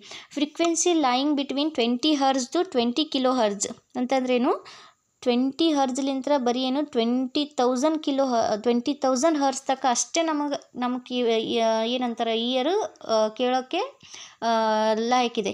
ಬಟ್ ಇದಕ್ಕಿಂತ ಕಡಿಮೆ ಆದ್ರೂ, ಇದಕ್ಕಿಂತ ಜಾಸ್ತಿ ಆದ್ರೂ ಇದು ಎಫೆಕ್ಟಿವ್ ಕೊಡ್ತದೆ ನಮ್ಮ ಇಯರ್ಗೆ. ಯಾವ ಥರ ಎಫೆಕ್ಟ್ ಕೊಡ್ತಾರೆ ಏನು ಅಂತ ಹೇಳ್ತೀನಿ. ಎಷ್ಟಿರಬೇಕು ನಮಗೆ ಫ್ರೀಕ್ವೆನ್ಸಿ ರೇಂಜು 20 ಹರ್ಸ್ಲಿಂದ 20,000 ಅಷ್ಟೇ ನಮಗೆ ಇಯರು ಕೆಪಾಸಿಟಿ ಇದೆ ಕೇಳಿಸ್ಕೊಳ್ಳೋವಂಥದ್ದು. ಒಂದು ವೇಳೆ less than 20,000 more than 20,000 20,000 hertz ಇತ್ತಂದರೆ ಅದು ಹ್ಯೂಮನ್ ಇಯರ್ಗೆ ಎಫೆಕ್ಟಿವ್ ಆಗುತ್ತೆ. ಒಬ್ಬೊಬ್ರಿಗೆ ಏನಂತಂದರೆ ಕಿವಿ ಕೇಳಿಸ್ತಾ ಇರೋದಿಲ್ಲ, ಕಿವಿಯಲ್ಲಿ ಏನಂತಂದರೆ ಒಂದೊಂದು ಥರ ಬ್ಲಡ್ ಬರ್ತಾ ಇರುತ್ತೆ, ಮತ್ತು ಅಂದರೆ ಯಾವಾಗಲೂ ಪೇನ್ ಇರುತ್ತೆ. ಇದೆಲ್ಲ ಯಾಕೆ ಕಾರಣ ಅಂತಂದರೆ ಅದು ಆ ಒಂದು ಸೌಂಡಿನ ಫ್ರೀಕ್ವೆನ್ಸಿ ಅವರಿಗೆ ಜಾಸ್ತಿನೂ ಆಗಿರ್ಬೋದು, ಇಲ್ಲ ಅಂತಂದರೆ ಕಡಿಮೆನೂ ಆಗಿರ್ಬೋದು. ಸೊ ಇದ್ರ ಮೇಲೆ ಒಂದು ವೇಳೆ ಸೌಂಡು 20,000 ಮೇಲೆ ಇತ್ತು, 20,000 ಹರ್ಜ್ ಮೇಲೆ ಇತ್ತು ಅಂತಂದರೆ ನಾವೇನೇನು ಕರಿತೀವಿ ಅಲ್ಟ್ರಾಸೌಂಡ್ ಅಂತೇಳಿ ಕರಿತೀವಿ ಅದನ್ನು. ಇದು ನಮ್ಮ ಹ್ಯೂಮನ್ ಇಯರ್ಗೆ ಕೇಳಿಸೋದೇ ಇಲ್ಲ 20,000 ಹರ್ಜ್. ಇದು ಯಾವ ಒಂದು ಎನಿಮಲ್ಸಿಗೆ ಕೇಳಿಸುತ್ತೆ ಅಂತಂದರೆ ಡಾಗ್ಸ್, ಡಾಲ್ಫಿನ್ಸ್, ಬ್ಯಾಟ್ಸ್, ಇನ್ಸೆಕ್ಟ್ಸ್. ಈ ಥರ ಡಾಗ್ಸ್ ಆಗಿರಲಿ, ಡಾಲ್ಫಿನ್ಸ್ ಆಗಿರಲಿ, ಬ್ಯಾಟ್ಸ್ ಆಗಿರಲಿ, ಇನ್ಸೆಕ್ಟ್ಸ್ ಆಗಿರಲಿ, ಇವಕ್ಕೆ ಏನಂತಂದರೆ ಈ ಒಂದು 20,000ಕ್ಕಿಂತ ಮೇಲೆ ಇರೋಂಥ ಸೌಂಡು ಅವಕ್ಕೆ ಕೇಳಿಸುತ್ತೆ ಅಂತ ಹೇಳ್ತೀವಿ. ನೆಕ್ಸ್ಟ್ ಏನಂತಂದರೆ ಒಂದು ವೇಳೆ ಈ ಒಂದು ಸೌಂಡ್ ಇದೆ ಅಲ್ವಾ, ಈ ಒಂದು ಸೌಂಡು ಬಿಲೋ 20,000 ಹರ್ಜ್ ಇತ್ತು ಅಂತಂದರೆ ಇನ್ಫ್ರಾಸೌಂಡ್ ಅಂತೇಳಿ ಕರಿತೀವಿ ಅದನ್ನು. 20,000 ಮೇಲೆ ಇದ್ದರೆ ಅಲ್ಟ್ರಾಸೌಂಡು, 20 ಹರ್ಜ್ ಕೆಳಗೆ ಇದ್ದರೆ ಇನ್ಫ್ರಾಸೌಂಡ್ ಅಂತೇಳಿ ಅದನ್ನು ನಾವು ಕರಿತೀವಿ. ಇನ್ಫ್ರಾಸೌಂಡು ಏನು ನಮಗೆ ಹ್ಯೂಮನ್ ಇಯರಿಗೆ ಕೇಳಿಸೋದಿಲ್ಲ. ಅದು ಯಾವ ಒಂದು ಎನಿಮಲ್ಗೆ ಕೇಳಿಸುತ್ತೆ ಅಂತಂದರೆ ವೇಲ್ಸ್, ಎಲಿಫೆಂಟ್ಸ್, ಹಿಪೋಪೊಟಮಸ್, ರೈನೋಸ್, ಪಿಕಾಕ್, ಇವೆಲ್ಲ ಏನು ಈ ಒಂದು 20 ಹರ್ಜ್ಗಿನ ಕೆಳಗೆ ಕೇಳಿಸೋಂಥ ಎನಿಮಲ್ಸ್ ಅಂತೇಳಿ ಕರಿತೀವಿ. ಅಲ್ಟ್ರಾಸೌಂಡ್ ಅಂದರೆ ಏನು ಗೊತ್ತಾಯಿತು, ಇನ್ಫ್ರಾಸೌಂಡ್ ಅಂದರೆ ಏನಂತ ಗೊತ್ತಾಯಿತು. ಇಲ್ಲೊಂದು ಚಿಕ್ಕ ನೋಡಿ, ಅಲ್ಟ್ರಾಸೌಂಡ್ ಅಂತಂದರೆ ಏನಂತಂದ್ರೆ 20,000 ಕಿಲೋ ಹರ್ಜ್ ಜಾಸ್ತಿ ಇರೋದೇನೆಂದ್ರೆ ಸಣ್ಣ ಸಣ್ಣ ಎನಿಮಲ್ಸ್ಗಳಿಗೆ ಕೇಳಿಸ್ತಾ ಇದೆ, ಡಾಗ್ಸ್, ಡಾಲ್ಫಿನ್ಸು, ಬ್ಯಾಟ್ಸ್, ಇನ್ಸೆಕ್ಟ್ಸ್. ಅದೇ ಸೌಂಡ್ ವೇವು ಕಡಿಮೆ ಇರೋದು, ಫ್ರೀಕ್ವೆನ್ಸಿ ಕಡಿಮೆ ಇರೋದು ದೊಡ್ಡ ಎನಿಮಲ್ಸಿಗೆ ಕೇಳಿಸ್ತಾ ಇದೆ. ಯಾವುದು ವೇಲ್ಸು, ಎಲಿಫೆಂಟ್ಸು, ಹಿಪೋಪೊಟಮಸ್. ಈ ಥರ ನೀವು ನೆನ್ಪಿಟ್ಕೋಬೋದು ಇದನ್ನು. ಓಕೆ, ಅಲ್ಟ್ರಾಸೌಂಡ್ ಅಂದರೆ ಏನು ಗೊತ್ತಾಯಿತು, ಓಕೆ. ಈ ಒಂದು ಸೌಂಡ್ ಇದೆ ಅಲ್ವಾ, ಇದು ಲಾಂಗಿಟ್ಯೂಡ್ನಲ್ ಮತ್ತು ಮೆಕ್ಯಾನಿಕಲ್ ವೇವ್ ಅಂತ ಒಂದು. ಇಟ್ಸ್ ಸ್ಪೀಡ್ ಬೇಕಲ್ಲ, ಒಂದು ಸೌಂಡು ಇಲ್ಲಿಂದ ಬೇರೆ ಜಾಗಕ್ಕೆ ಹೋಗ್ಬೇಕಂತಂದರೆ ಅದಕ್ಕೊಂದು ಸ್ಪೀಡ್ ಬೇಕಲ್ವಾ. ಆ ಒಂದು ಯಾವ ಸ್ಪೀಡಲ್ಲಿ ಸೌಂಡ್ ಟ್ರಾವೆಲ್ ಆಗುತ್ತೆ, ಈ ಒಂದು ಡ್ರೈ ಏರ್ ಸೌಂಡ್ ಹೋಗೋದೇ ಒಂದು ಏರ್ ಮೂಲಕ ನಾವು ಒಂದು ಜಾಗದಿಂದ ಬೇರೆ ಜಾಗಕ್ಕೆ ಹೋಗುತ್ತಲ್ವ. ಅದು ಎಷ್ಟು ಅಂತಂದರೆ 343 ಮೀಟರ್ ಪರ್ ಸೆಕೆಂಡ್. ಈ ಒಂದು ಮೀಟರ್ ಪರ್ ಸೆಕೆಂಡಲ್ಲಿ 343 metre per second at 20 degree Celsius. ನಾರ್ಮಲಾಗಿ ಟೆಂಪರೇಚರ್ ಅಷ್ಟು 20 ಡಿಗ್ರಿ ಸೆಲ್ಸಿಯಸಲ್ಲಿ 343 ಮೀಟರ್ ಪರ್ ಸೆಕೆಂಡಲ್ಲಿ ಸೌಂಡು ಒಂದು ಜಾಗದಿಂದ ಬೇರೆ ಜಾಗಕ್ಕೆ ಹೋಗುತ್ತೆ. Okay, if the speed of an object is greater than speed of a sound. ಒಂದು ವೇಳೆ ಆಬ್ಜೆಕ್ಟ್ ಇದೆ, ಯಾವುದು ಒಂದು ಕಾರೇ ಆಗಿರಲಿ, ಒಂದು ಬೈಕೇ ಆಗಿರಲಿ, ಈ ಒಂದು ಆಬ್ಜೆಕ್ಟ್ ಸ್ಪೀಡ್ ಆ ಒಂದು ಸೌಂಡ್ ಸ್ಪೀಡ್ಕಿಂತ ಜಾಸ್ತಿ ಇತ್ತು ಏನಂತ ಕರಿತೀವಿ ಅಂತಂದರೆ ಸೂಪರ್ ಸೋನಿಕ್ ಸ್ಪೀಡ್ ಅಂತೇಳಿ ಸೌಂಡ್ ಅಂತೇಳಿ ಕರಿತೀವಿ ಅದನ್ನು. ಏನು, ಈ ಒಂದು ಆಬ್ಜೆಕ್ಟ್ ಇದೆ, ಇದೇನು ಸೌಂಡ್ ಟ್ರಾವೆಲ್ ಆಗ್ತಾಯಿದೆ, ಈ ಆಬ್ಜೆಕ್ಟಿಂದ ಸ್ಪೀಡು ಈ ಒಂದು ಸೌಂಡಿಂದ ಸ್ಪೀಡ್ಕಿಂತ ಜಾಸ್ತಿ ಇತ್ತು ಅಂತಂದರೆ ಏನಂತ ಕರಿತೀವಿ, ಸೂಪರ್ ಸೋನಿಕ್ ಸೌಂಡ್ ಅಂತೇಳಿ ಕರಿತೇವೆ. ಸೊ ಇದನ್ನು ಏನಂತಂದರೆ ಮ್ಯಾಕ್ ನಂಬರನ್ನು ಒಂದು ಕಾನ್ಸೆಪ್ಟ್ಲಿಂದ ತಿಳ್ಕೊಳ್ಳೋಣ. ಮ್ಯಾಕ್ ನಂಬರ್ ಏನಂತಂದರೆ ratio of object speed to the speed of a sound ಅಂತೇಳಿ ಕರಿತೀವಿ. ಏನಂತಂದರೆ ಮ್ಯಾಕ್ ನಂಬರ್ ಆಬ್ಜೆಕ್ಟ್ ಸ್ಪೀಡ್ದು ಮತ್ತು ಸ್ಪೀಡ್ ಆಫ್ ಸೌಂಡ್ ರೇಷಿಯೋ. ಹೆಂಗಂತಂದರೆ if Mach number is less than 1 ಇತ್ತು ಅಂದ್ರೆ ಸಬ್ಸೋನಿಕ್ ಸ್ಪೀಡ್ ಅಂತೇಳಿ ಸಬ್ಸೋನಿಕ್ ಸೌಂಡ್ ಅಂತ ಕರಿತೀವಿ. ಮ್ಯಾಕ್ ನಂಬರು ಮೋರ್ ದ್ಯಾನ್ 1 ಇತ್ತಂತಂದ್ರೆ ಸೂಪರ್ ಸೋನಿಕ್ ಅಂತೇಳಿ ಕರಿತೀವಿ. ಈಕ್ವಲ್ ಟು 1 ಇತ್ತಂದ್ರೆ ಟ್ರಾನ್ಸೋನಿಕ್ ಅಂತೇಳಿ. ಮ್ಯಾಕ್ ನಂಬರ್ ಮೋರ್ ದ್ಯಾನ್ 5 ಇತ್ತು ಅಂತಂದರೆ ಹೈಪರ್ ಸೋನಿಕ್ ಅಂತೇಳಿ ಕರಿತೇವೆ ನಾವು. ಗೊತ್ತಾಯ್ತಾ? ಏನಪ್ಪ ಅಂತಂದರೆ ಒಂದು ಆಬ್ಜೆಕ್ಟ್ ಸ್ಪೀಡು ಈ ಒಂದು ಸ್ಪೀಡ್ ಆಫ್ ಸೌಂಡ್ಕಿಂತ ಜಾಸ್ತಿ ಇತ್ತು ಅಂತಂದರೆ ಅದನ್ನು ಏನಂತ ಕರಿತೀವಿ, ಸೂಪರ್ ಸೋನಿಕ್. ಅದನ್ನು ಯಾವ ಥರ ಮೇಜರ್ ಮಾಡ್ತೀವಿ ಅಂತಂದರೆ ಮ್ಯಾಕ್ ನಂಬರ್ಲಿಂದ ಮೇಜರ್ ಮಾಡ್ತೀವಿ. ಈ ಮ್ಯಾಕ್ ನಂಬರ್ ಏನು ಅಂತಂದರೆ ಆಬ್ಜೆಕ್ಟ್ ಸ್ಪೀಡು ಮತ್ತು ಸ್ಪೀಡ್ ಆಫ್ ಸೌಂಡ್ದು ರೇಷಿಯೋ ಅಂತೇಳಿ ಹೇಳ್ತಾರೆ. ಮ್ಯಾಕ್ ನಂಬರು ಲೆಸ್ ದ್ಯಾನ್ 1 ಇದ್ದರೆ subsonic, less than 1 sub, more than 1 super, is equal to ಇತ್ತಂದರೆ ಟ್ರಾನ್ಸೋನಿಕ್, ಮೋರ್ ದ್ಯಾನ್ 5 ಇತ್ತು ಅಂದರೆ ಹೈಪರ್ ಅಂತೇಳಿ ಕರಿತೀವಿ ಅದನ್ನು. ಇದು ಆಡಿಯೋ ಫ್ರೀಕ್ವೆನ್ಸಿ ಬಗ್ಗೆ ನಮಗೆ ಗೊತ್ತಾಗಿರೋಂಥ ಒಂದಿಷ್ಟು ಪಾಯಿಂಟ್ಸ್. ಏನಂತಂದರೆ ಇದು 20,000 ಟು 20,000 ಕಿಲೋ ಹರ್ಜ್ ತನಕ ಇರುತ್ತೆ. ಮತ್ತು ಅದನ್ನು ಜಾಸ್ತಿ ಇದ್ದರೆ ಅಲ್ಟ್ರಾಸೌಂಡ್ ಅಂತ ಕರಿತೀವಿ, more than 20 kilo. Next less than 20 hertz ಇದ್ದರೆ ಇನ್ಫ್ರಾಸೋನಿಕ್ ಅಂತ ಕರಿತೀವಿ. ಅದು ಮೇನ್ ಇಂಪಾರ್ಟೆಂಟ್, ಇದು ಬೇಕಾಗಿರೋದು ಎಲ್ಲಿ, ಇದು ಅಪ್ಲಿಕೇಶನ್ ಬೇಸ್ಡಲ್ಲಿ ಕೇಳ್ತಾ ಇರೋದು ಇದನ್ನು. ಯಾವ ಎನಿಮಲ್ಗೆ ಎಷ್ಟು ಒಂದು ಹರ್ಜಲ್ಲಿ ಸೌಂಡ್ ಕೇಳಿಸ್ತದೆ ಅಂತೇಳಿ. ಸೊ ಇದೊಂದು ಸೂಪರ್ಸೋನಿಕ್ ಸೌಂಡ್ ಅಂತಂದ್ರೇನು, ಆಬ್ಜೆಕ್ಟ್ ಸ್ಪೀಡ್ ಜಾಸ್ತಿ ಇತ್ತು, ಎದಕ್ಕೆ ಸ್ಪೀಡ್ ಆಫ್ ಸೌಂಡ್ಕಿಂತ ಜಾಸ್ತಿ ಇದ್ರೆ ಮ್ಯಾಕ್ ನಂಬರ್ ಏನಂತೇಳಿ ಕೇಳ್ತಾರೆ. ಇದೇನು ratio of object speed to the speed of sound ಅಂತೇಳಿ. ಮ್ಯಾಕ್ ನಂಬರ್ ಲೆಸ್ ದೆನ್ ಇದ್ದರೆ ಎಷ್ಟು, ಮೋರ್ ದೆನ್ ಇದ್ದರೆ ಎಷ್ಟು, ಈಕ್ವಲ್ ಟು 1 ಇದ್ದರೆ ಎಷ್ಟು, ಜಾಸ್ತಿ ಇದ್ದರೆ ಎಷ್ಟು, ಇಷ್ಟು ಒಂದಿಷ್ಟು ನಾವು ಇಲ್ಲಿ ಕವರ್ ಮಾಡಿದ್ದೀವಿ. ಓಕೆ, ನೆಕ್ಸ್ಟ್ ಬಂದುಬಿಟ್ಟು ನಮ್ಗೆ ಏನಂದರೆ ಒಂದು ಸ್ಪೀಡ್ ಆಫ್ ಸೌಂಡ್ ಬಗ್ಗೆ ನೋಡೋಣ. ಇಟ್ಟತಕ್ಕ ಸೌಂಡ್ ಬಗ್ಗೆ ತಿಳ್ಕೊಂಡ್ವಿ. ಸೌಂಡ್ ಅಂದ್ರೇನು, ಸೌಂಡದು ಒಂದು ಆಡಿಯೋ ಫ್ರೀಕ್ವೆನ್ಸಿ ಎಷ್ಟಿರಬೇಕು, ಎಷ್ಟು ಒಂದು ಕಿಲೋಮೀಟರಲ್ಲಿ ಎಷ್ಟು ಹೋಗ್ತದೆ ಅದು, ಮತ್ತೇನೆಂದರೆ ಅದು ಯಾವ ಫಾರ್ಮಲ್ಲಿ ಹೋಗುತ್ತೆ, ಅದು ಒಂದು ಯಾವ ಥರ ಒಂದು ವೇವ್ ಇದೆ, ಸೌಂಡ್ ವೇವ್ ಲಾಂಗಿಟ್ಯೂಡ್ನಲ್ಲ, ಮೆಕ್ಯಾನಿಕಲ್ಲ, ಟ್ರಾನ್ವರ್ಸ, ಈ ಥರ ಅಂತ ನೋಡ್ಕೊಂಡೋದಿ. ಈಗ ಸ್ಪೀಡ್ ಆಫ್ ಸೌಂಡ್ ಬಗ್ಗೆನೇ ಒಂದಿಷ್ಟು ನೋಡ್ಕೊಳ್ಳೋಣ. ಏನಿದು ಸ್ಪೀಡ್ ಆಫ್ ಸೌಂಡು ಅಂತಂದರೆ, ಈ ಸ್ಪೀಡ್ ಆಫ್ ಸೌಂಡ್ ಒಂದು ಸೌಂಡು ಒಂದು ಪ್ಲೇಸಿಂದ ಇನ್ನೊಂದು ಪ್ಲೇಸಿಗೆ ಈ ಥರ ಟ್ರಾವೆಲ್ ಆಗಬೇಕಿತ್ತು ಅಂದರೆ ಎದ್ರ ಮೇಲೆ ಡಿಪೆಂಡ್ ಆಗಿರುತ್ತೆ. ಮೀಡಿಯಮ್ ಅಂತೂ ಬೇಕೇ ಬೇಕಾ, ಏರ್ ಆದರೂ ಆಗಿರಲಿ, ಸಾಲಿಡ್ ಆಗಿರಲಿ, ಲಿಕ್ವಿಡ್ ಆಗಿರಲಿ, ಈ ಮೀಡಿಯಮ್ ಅಂತೂ ಬೇಕೇ ಬೇಕಾ. ಮತ್ತೇನಂತಂದರೆ ಆಗಲೇ ಹೇಳಿದೆ 343 ಮೀಟರ್ ಪರ್ ಸೆಕೆಂಡಲ್ಲಿ ಸೌಂಡ್ ಟ್ರಾವೆಲ್ ಆಗುತ್ತೆ ಅಂತ ಹೇಳಿದೆ. ಅದರಲ್ಲಿ 20 ಡಿಗ್ರಿ ಸೆಲ್ಸಿಯಸಲ್ಲಿ ಸೌಂಡ್ ಟ್ರಾವೆಲ್ ಆಗುತ್ತೆ ಅಂತಂದರೆ 20 ಡಿಗ್ರಿ ಸೆಲ್ಸಿಯಸ್ ಅಂದರೆ ಟೆಂಪರೇಚರ್ ಬೇಕೇ ಬೇಕಾ ಅಲ್ವಿ. ಸೊ ಇದು ಎದ್ರ ಮೇಲೆ ಡಿಪೆಂಡ್ ಆಗಿರುತ್ತೆ ಒಂದು ಸೌಂಡು ಸ್ಪೀಡು ಅಂತಂದರೆ temperature, density, humidity, medium, elasticity, motion of particles. But main ಇಲ್ಲೊಂದು ಪಾಯಿಂಟ್ ತಿಳ್ಕೊಬೇಕು ನಾವೇನಂತಂದರೆ, it does not depend on the pressure ಅಂತಂದರೆ ಏನು, ಒಂದು ಆಬ್ಜೆಕ್ಟ್ ಮೇಲೆ ಇನ್ನೊಂದು ಆಬ್ಜೆಕ್ಟು ಫೋರ್ಸ್ ಹಾಕೋದಕ್ಕೆ ಪ್ರೆಷರ್ ಅಂತೇಳಿ ಕರಿತೀವಿ ನಾವು. ಈ ಒಂದು ಸ್ಪೀಡ್ ಅನ್ನೋದು ಎದ್ರ ಮೇಲೂ ಪ್ರೆಷರ್ ಮೇಲೆ ಡಿಪೆಂಡ್ ಆಗಿರೋದು. ಸ್ಪೀಡ್ ಅನ್ನೋದು ಒಂದು ಜಾಗದಿಂದ ಇನ್ನೊಂದು ಜಾಗಕ್ಕೆ ಅಷ್ಟೇ ಹೋಗುತ್ತೆ, ಅದು ಏನು ಯಾವುದ್ರ ಮೇಲೂ ಪ್ರೆಷರ್ ಹಾಕೋದೂ ಇಲ್ಲ, ಅದಕ್ಕೆ ಅದು ಡಿಪೆಂಡ್ ಆಗಿರೋದಿಲ್ಲ.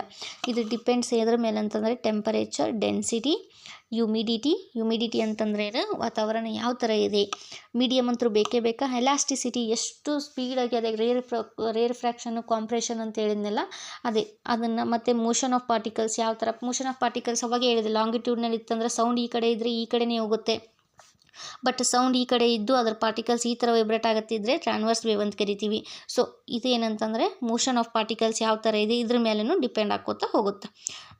ಇದನ್ನು ಸಿಂಪಲ್ಲಾಗಿ ಹೇಳ್ಬೇಕಂತಂದರೆ ಸ್ಪೀಡ್ ಆಫ್ ಸೌಂಡು ಯಾವಾಗ ಇನ್ಕ್ರೀಸ್ ಆಗುತ್ತೆ ಅಂದರೆ ಟೆಂಪರೇಚರು, ಹ್ಯೂಮಿಡಿಟಿ ಮತ್ತು ಎಲಾಸ್ಟಿಸಿಟಿ ಇನ್ಕ್ರೀಸ್ ಆದಂಗೆಲ್ಲ ಸ್ಪೀಡ್ ಕಮ್ಮಿ ಆಗುತ್ತೆ, ಸ್ಪೀಡ್ ಜಾಸ್ತಿ ಆಗುತ್ತೆ. ಡೈರೆಕ್ಟ್ಲಿ ಪ್ರೊಪೋರ್ಷ್ನಲ್ ಅದ. ಆದರೆ ಡೆನ್ಸಿಟಿ ಮೇಲೆ ಏನಂತಂದರೆ speed of sound inversely proportional ಅದ. ಏನಂತಂದರೆ ಡೆನ್ಸಿಟಿ ಇನ್ಕ್ರೀಸ್ ಆಗೋತಾ ಹೋದಂಗೆಲ್ಲ ಸ್ಪೀಡ್ ಏನು ಕಮ್ಮಿ ಆಗೋತಾ ಹೋಗುತ್ತೆ. ಇಲ್ಲೇ ಬರ್ದಿದೆ ನಾವು, speed is directly proportional to temperature, humidity and elasticity. Speed is inversely proportional to density ಅಂತೇಳಿ. ಡೆನ್ಸಿಟಿ ಎಷ್ಟು ಜಾಸ್ತಿ ಇರುತ್ತೋ ಸ್ಪೀಡ್ ಅಷ್ಟು ಕಮ್ಮಿ ಇರುತ್ತೆ, ಡೆನ್ಸಿಟಿ ಎಷ್ಟು ಕಮ್ಮಿ ಇರುತ್ತೋ ಸ್ಪೀಡ್ ಅಷ್ಟು ಜಾಸ್ತಿ ಇರುತ್ತೆ ಅಂತೇಳಿ ಅರ್ಥ. ಇದು speed equal to distance by time ಅಂತೇಳಿ. ಇದು ಫಾರ್ಮುಲಾ ನಮಗೆ ಒಂದು ಕ್ಯಾಲ್ಕುಲೇಷನ್ ಪಾರ್ಟ್ನಲ್ಲಿ ಯೂಸ್ ಆಗುತ್ತೆ, ಡಿಸ್ಟೆನ್ಸ್ ಬೈ ಟೈಮ್ ಅಂತೇಳಿ. ಇದ್ರದ್ದು ಡಿಸ್ಟೆನ್ಸ್ ಅಂದರೆ ಮೀಟರ್ ಅಂತ ಹೇಳ್ತೀವಿ, ಟೈಮ್ ಅಂದರೆ ಸೆಕೆಂಡು, ಇದು ಕೆಳಗಿರೋದಕ್ಕೆ ಮೀಟರ್ ಪರ್ ಸೆಕೆಂಡ್ ಅಂತೇಳಿ ನಾವು ಸ್ಪೀಡನ್ನು ಕ್ಯಾಲ್ಕುಲೇಟ್ ಮಾಡ್ತೀವಿ. ಓಕೆ, ಸ್ಪೀಡ್ ಆಫ್ ಸೌಂಡ್ ಬಗ್ಗೆ ಗೊತ್ತಾಯ್ತು. ಇದು ಎದ್ರ ಮೇಲೆ ಡಿಪೆಂಡ್ ಆಗಿರ್ತದೆ ಅಂತಂದರೆ ಮೇನ್ ಇಂಪಾರ್ಟೆಂಟ್ ಇದು, it does not depend on the pressure. ಇದೇ ಕ್ವಶನ್ಸ್ ಏನು ಪ್ರೆಷರ್ ಮೇಲೆ ಸ್ಪೀಡು ಡಿಪೆಂಡ್ ಆಗಿದೆ ಅಂತೇಳಿ, ಇದು ಅಪ್ಲಿಕೇಶನ್ ಬೇಸ್ಡ್ ಕ್ವಶನ್ ಇಲ್ಲಿ ಕೇಳ್ಬೋದು ಅವರು. ನೆಕ್ಸ್ಟ್ ಈ ಒಂದು ಯೂಸಸ್ ಏನು, ಸ್ಪೀಡ್ ಆಫ್ ಸೌಂಡು ಎಲ್ಲೆಲ್ಲಿ ಯೂಸ್ ಆಗುತ್ತಾ ಅವಾಗ ಹೇಳಿದೆ. ಟೈಪ್ಸ್ ಆಫ್ ಸೌಂಡ್ ಏನು, ಇನ್ಫ್ರಾಸೋನಿಕ್ ಅದ, ಏನು ಅಲ್ಟ್ರಾಸೋನಿಕ್ ಅದ, ಮತ್ತು ಏನಂತಂದರೆ ಇದೇನು ಸಬ್ಸೋನಿಕ್ ಐತಿ, ಟ್ರಾನ್ಸೋನಿಕ್ ಅದ, ಏನು ಹೈಪರ್ಸೋನಿಕ್ ಅದ, ಈ ಥರ ಡಿಫ್ರೆಂಟ್ ಆಗಿರೋಂಥ ಸೌಂಡನ್ನ ನೋಡಿದ್ದೀವಿ ನಾವು. ಅದೇ ಥರ ಎಲ್ಲೆಲ್ಲಿ ಯಾವ್ಯಾವ ಥರ ಸೌಂಡ್ ಯೂಸ್ ಆಗುತ್ತಾ, ಅಲ್ಟ್ರಾಸೋನಿಕ್ ಇರ್ಬೋದು, ಇಲ್ಲ ಸಬ್ಸೋನಿಕ್ನೂ ಇರ್ಬೋದು, ಯಾವ್ಯಾವ ಥರ ಎಲ್ಲೆಲ್ಲಿ ಯೂಸ್ ಆಗುತ್ತೆ ಅನ್ನೋದು ಈ ಅಪ್ಲಿಕೇಶನ್ ಬೇಸ್ಡ್ ಇಲ್ಲಿ ಕೇಳ್ತಾರೆ ಅವರು. ನೆಕ್ಸ್ಟ್ ಸೋನಾರ್ ಅಂತೇಳಿ. ಎಲ್ಲಿ ಸೋನಾರ್ ಅಂದರೆ ಸೌಂಡ್ ನ್ಯಾವಿಗೇಷನ್ ಆ್ಯಂಡ್ ರೇಂಜಿಂಗ್ ಅಂತೇಳಿ. ಇದರದ್ದು ಫುಲ್ ಫಾರ್ಮ್ ನೆನ್ಪಿಟ್ಕೋರಿ, ಸೌಂಡ್ ನ್ಯಾವಿಗೇಷನ್ ಆ್ಯಂಡ್ ರೇಂಜಿಂಗ್ ಅಂತೇಳಿ. ಇದನ್ನೇನೆಂದರೆ uses the sound waves to see in the water depth or under water objects give ultrasonic sound. ಹೇಳಿದ್ನಲ್ವ, ಅಲ್ಟ್ರಾಸೋನಿಕ್ ಅಂದ್ರೇನು, ಮೋರ್ ದೆನ್ 20 ಕಿಲೋ ಹರ್ಜ್. ಇದೇ ಕ್ವಶನ್ಸ್ನ ಈ ಥರನೂ ಫೇರ್ ಮಾಡ್ಬೋದು. ಮೋರ್ ದೆನ್ 20 ಕಿಲೋ ಹರ್ಜ್ನ ನಾವು ಎಲ್ಲೆಲ್ಲಿ ಯೂಸ್ ಮಾಡ್ತೀವಿ ಅಲ್ಟ್ರಾಸೋನಿಕ್ ಸೌಂಡ್ನ ಅಂತೇಳಿ. ಅವರು ಸೋನಾರ್ನು ಕೇಳ್ಬೋದಾ, ಸ್ಟೆಥೋಸ್ಕೋಪ್ನು ಕೇಳ್ಬೋದಾ, ಈ ಥರ ಅವರು ಏನು ಒಂದು ಕ್ವಶನ್ನ ಚೇಂಜ್ ಮಾಡಿ ನಿಮಗೆ ಹಾಕ್ಬೋದು. ಸೊ ಸೋನಾರಲ್ಲಿ ನಾವೇನು ಅಲ್ಟ್ರಾಸೋನಿಕ್ ಸೌಂಡ್ನ ಯೂಸ್ ಮಾಡ್ತೀವಿ. ಅಲ್ಟ್ರಾಸೋನಿಕ್ ಸೌಂಡ್ನ ಎದ್ರ ಸಂಬಂಧ ಸೋನಾರಲ್ಲಿ ಯೂಸ್ ಮಾಡ್ತೀವಿ ಅಂತಂದರೆ ಈ ಒಂದು ಅಂಡರ್ ವಾಟರ್ ಡೆಪ್ತ್ ಎಷ್ಟೈತಿ, ಅಲ್ಲಿ ಏನೇನು ಆಗ್ತಾಯಿದೆ ಅಂಡರ್ ವಾಟರಲ್ಲಿ ಅನ್ನೋದನ್ನು ತಿಳ್ಕೊಳ್ಳೋ ಸಂಬಂಧ ಈ ಒಂದು ಅಲ್ಟ್ರಾಸೋನಿಕ್ ಸೌಂಡ್ನ ಸೋನಾರ್ನ ಯೂಸ್ ಮಾಡಿಕೊಂಡು ನಾವು ಯೂಸ್ ಮಾಡ್ತೀವಿ. ನೆಕ್ಸ್ಟ್ ಬಂದ್ಬಿಟ್ಟು ಸ್ಟೆಥೋಸ್ಕೋಪ್ ಗೊತ್ತಾ, ಮೆಡಿಕಲ್ ಡಿವೈಸ್. ಈ ಒಂದು function on the laws of reflection of sound. Reflection of sound ಅಂತಂದ್ರೇನು, ಒಂದು ನಿಮಿಷ ರಿಫ್ಲೆಕ್ಷನ್ ಆಫ್ ಸೌಂಡ್ ಬಗ್ಗೆ ಹೇಳ್ಬಿಡ್ತೀನಿ ನಿಮಗೆ.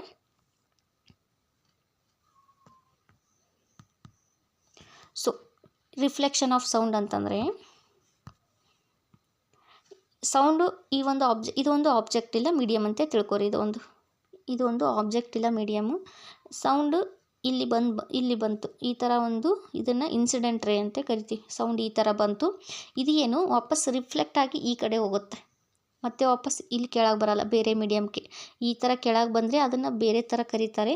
ಬಟ್ ಇಲ್ಲೇ ಬಂದು ಒಂದೇ ಮೀಡಿಯಮ್ನಾಗೆ ಬಂದು ಇದೇ ಮೀಡಿಯಮ್ನಾಗೆ ಹೋಯ್ತು. ಇದು ಒಂದು ಏರ್ ಮೀಡಿಯಮ್ ಅಂತ ತಿಳ್ಕೊರಿ, ನಮ್ಮ ಸುತ್ತಮುತ್ತ ಇರೋಂಥ ಏರ್. ಸೌಂಡ್ ಈ ಥರ ಬಂದು ವಾಪಸ್ ಈ ಥರ ಹೋಗೋದಕ್ಕೆ ಏನಂತ ಕರಿತೀವಿ, ರಿಫ್ಲೆಕ್ಷನ್ ಆಫ್ ಸೌಂಡ್ ಅಂತೇಳಿ ಕರಿತೀವಿ. ಒಂದು ವೇಳೆ ಇಲ್ಲಿ ಬಂದು ಬೇರೆ ಮೀಡಿಯಮ್ಗೆ, ಇಲ್ಲೊಂದು ಸಾಲಿಡ್ ಮೀಡಿಯಮ್ ಇತ್ತು ಅಂತೇಳಿರಿ, ಈ ಥರ ಬಂದರೆ ರಿಫ್ರ್ಯಾಕ್ಷನ್ ಆಫ್ ಮೀಡಿಯಮ್ ಅಂತೇಳಿ ಕರಿತೀವಿ ನಾವು. ಓಕೆ, ಡಿಫ್ರೆನ್ಸ್ ಗೊತ್ತಾಯ್ತಾ? ಒಂದೇ ಮೀಡಿಯಮಲ್ಲಿ ಸೌಂಡ್ ಬಂದು ಅದೇ ಮೀಡಿಯಮಲ್ಲಿ ಟ್ರಾವೆಲ್ ಆಗೋದಕ್ಕೆ ನಾವು ರಿಫ್ಲೆಕ್ಷನ್ ಅಂತೇಳಿ ಕರಿತೀವಿ. ಏನು, ಸ್ಟೆಥೋಸ್ಕೋಪ್ನ ಎದ್ರ ಮೇಲೆ ರಿಫ್ಲೆಕ್ಷನ್ ಆಫ್ ಸೌಂಡ್ ಮೇಲೆ ವರ್ಕ್ ಮಾಡುತ್ತಂತ ಹೇಳ್ತಾರೆ. ಅಲ್ಲಿ ನಮಗೇನು ಆಪ್ಷನ್ನು ಚೇಂಜ್ ಮಾಡ್ಬೋದಲ್ಲ, ರಿಫ್ರಾಕ್ಷನ್ ಅಂತೇಳಿ. So it is a reflection of sound. Stethoscope ಎದ್ರ ಮೇಲೆ ರಿಫ್ಲೆಕ್ಷನ್ ಆಫ್ ಸೌಂಡ್ ಮೇಲೆ ವರ್ಕ್ ಆಗುತ್ತೆ. Okay, next hearing aid by the deaf persons. ಹೇಳಿದ್ನಲ್ಲ, ಒಬ್ರಿಗೆ ಕಿವಿ ಕೇಳಿಸಂಗಿಲ್ಲ, ಒಬ್ಬೊಬ್ರಿಗೆ ಕಿವಿಗೆ ಏನಂತಂದರೆ ಭಾಳ ಜಾಸ್ತಿ ಸೌಂಡ್ ಕೇಳಿಸ್ಕೊಂಡ್ರೆ ಭಾಳ ಪೇನ್ ಆಗ್ತಿರುತ್ತೆ. ಈ ಥರ ಡೆಫ್ ಪರ್ಸನ್ಗಳ ಹಿಯರಿಂಗ್ ಏಡ್ ಇಲ್ಲೋ ಕಿವಿ ಬಳಿ ಹಾಕೊಂಡಿರ್ತಾರೆ ನೋಡಿ, ಕೇಳಿಸೋ ಸಂಬಂಧ ಅಂತೇಳಿ ಒಂದು ಮೆಡಿಕಲ್ ಡಿವೈಸ್ ಕೊಟ್ಟಿರ್ತಾರೆ ಇವರಿಗೆ, ಕಿವುಡರಿಗೆ. ಅದಕ್ಕೆ ಏನಂತ ಹಿಯರಿಂಗ್ ಏಡ್ ಅಂತ ಕರೀತಾರೆ. ಅಲ್ಲಿ ಏನಂತಂದರೆ ಈ ಒಂದು ಸೌಂಡ್ ಒಂದು ಹಿಯರಿಂಗ್ ಏಡನ್ನ ಸೌಂಡಲ್ಲಿ ಯೂಸ್ ಮಾಡೋಕ್ಕೆ ಡೆಫ್ ಪರ್ಸನ್ಸ್ ಇಟ್ಕೊಂಡಿರ್ತಾರೆ. ನೆಕ್ಸ್ಟ್ ಸೌಂಡ್ ಅಬ್ಸಾರ್ಪ್ಷನ್ ಪ್ಯಾನಲ್ಸ್ ಅಂತಂದು ಕರಿತೀವಿ ನಾವು. ಸೋಲಾರ್ ಪ್ಯಾನಲ್ಸು, ಈ ಥರ ಬೇರೆ ಬೇರೆ ಪ್ಯಾನಲ್ಸ್ ಟೈಪ್ ಬರುತ್ತಲ್ಲ, ಅಲ್ಲಿ ಒಂದು ಸೌಂಡ್ ಅಬ್ಸಾರ್ಪ್ಷನ್ ಪ್ಯಾನಲ್ಸಲ್ಲಿ ಸ್ಪೀಡ್ ಆಫ್ ಸೌಂಡನ್ನ ಎಷ್ಟು ಮೆಜರ್ ಮಾಡಿ ಎಷ್ಟು ಇರಬೇಕು ಅಂತೇಳಿ ಅಲ್ಲಿ ಮೆಜರ್ ಮಾಡೋಕ್ಕೆ ಯೂಸ್ ಆಗುತ್ತೆ. High frequency sound waves use to create images inside a body. High frequency sound ಹೇಳಿದ್ನಲ್ಲ, ಹೈ ಫ್ರೀಕ್ವೆನ್ಸಿ ಅಂದರೆ ಎಷ್ಟು, ಮೋರ್ ದೆನ್ 20,000 ಕಿಲೋ ಹರ್ಜ್ನೂ ಆಗಿರ್ಬೋದು, ಇಲ್ಲ ಅಂತಂದರೆ ಮ್ಯಾಕ್ ನಂಬರ್ ಮೋರ್ ದೆನ್ 5 ಇರ್ಬೋದು. ಇದಕ್ಕೆಲ್ಲ ಏನೋ ಹೈಪರ್ಸೋನಿಕ್ಕು, ಅಲ್ಟ್ರಾಸೋನಿಕ್ಕು ಈ ಥರ ಎಲ್ಲ ಕರಿತೀವಿ ನಾವು. ಇದಕ್ಕೆ ಫ್ರೀಕ್ವೆನ್ಸಿನೂ ಜಾಸ್ತಿ ಇರುತ್ತೆ. Frequency sound waves use to create images inside the body.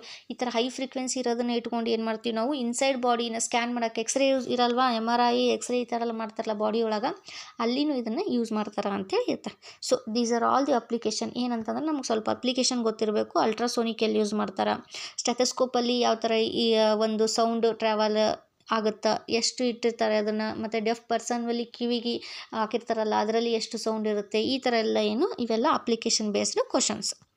Okay, next ಬಂದುಬಿಟ್ಟು ಇಂಪಾರ್ಟೆಂಟ್ ಇದರಲ್ಲಿ ನಾವು ತಿಳ್ಕೊಬೇಕಾಗುತ್ತೆ. 2 ಇಂಪಾರ್ಟೆಂಟ್ ಟಾಪಿಕ್ಸ್ ಅದಾವು. ಇದಾದರೆ ಸೌಂಡ್ ಬಗ್ಗೆ ಮುಗೀತು. ಓಕೆ, ನೆಕ್ಸ್ಟ್ ಇಂಪಾರ್ಟೆಂಟ್ ಟಾಪಿಕ್ ಯಾವುದು ಅಂತಂದರೆ, ಒಂದು ಎಕೋ ಲೊಕೇಶನ್ ಅಂತೇಳಿ ನಮ್ಗೆ ವರ್ಡ್ ಬರುತ್ತೆ, ಇನ್ನೊಂದು ಡಾಪ್ಲರ್ ಎಫೆಕ್ಟ್ ಅಂತೇಳಿ ಇಲ್ಲಿ ನೋಡ್ತೀವಿ. ಎಕೋ ಲೊಕೇಶನ್ ಅಂದರೆ ಏನು, ಡಾಪ್ಲರ್ ಎಫೆಕ್ಟ್ ಅಂದರೆ ಏನು ಅಂತ ತಿಳ್ಕೊಳ್ಳೋಣ. ಎಕೋ ಅಂದ್ರೆ ಗೊತ್ತಾ, ನಮಗೆಲ್ಲ ಗೊತ್ತು. ನಮ್ಮ ಕರ್ನಾಟಕದಲ್ಲಿ ಎಕೋ ಒಂದು ಭಾಳ ಕೇಳಿಸೋದು ಒಂದು ಪ್ಲೇಸ್ ಅದ, ಎಲ್ಲರಿಗೂ ಗೊತ್ತಿರೋ ಹಾಗೆ ಬಿಜಾಪುರದ ಗೋಲ್ ಗುಂಬಜಲ್ಲಿ. ಅಲ್ಲಿ ಎಕೋ ಏನಂದ್ರೆ ಭಾಳ ಇರ್ತದಲ್ಲಿ. ಒಂದು ಸರಿ ಹೇಳಿದರೆ 7 ಸರಿ ಕೇಳಿಸುತ್ತೆ ಅಂತಾರೆ, ಹೌದಲ್ವಾ? ಅದನ್ನು ಏನಂತೇಳಿ ಎಕೋ ಅಂತೇಳಿ ಕರಿತೀವಿ. ಅದನ್ನು ಇಂಗ್ಲೀಷ್ನಲ್ಲಿ ಎಕೋ ಅಂತಂದ್ರೆ repetition of a sound heard after a original sound reflects of a large back to listener. ಇದೆ, ಒಬ್ಬರು ಕೂಗಿದ್ರೆ ವಾಪಸ್ ಬಂದು ಅವ್ರಿಗೆ ಒಂದು 2-3 ಸಾರಿ ಕೇಳೋದಕ್ಕೆ ಏನಂತ ಕರಿತೀವಿ, ಎಕೋ ಅಂತೇಳಿ ನಾವು ಕರಿತೀವಿ.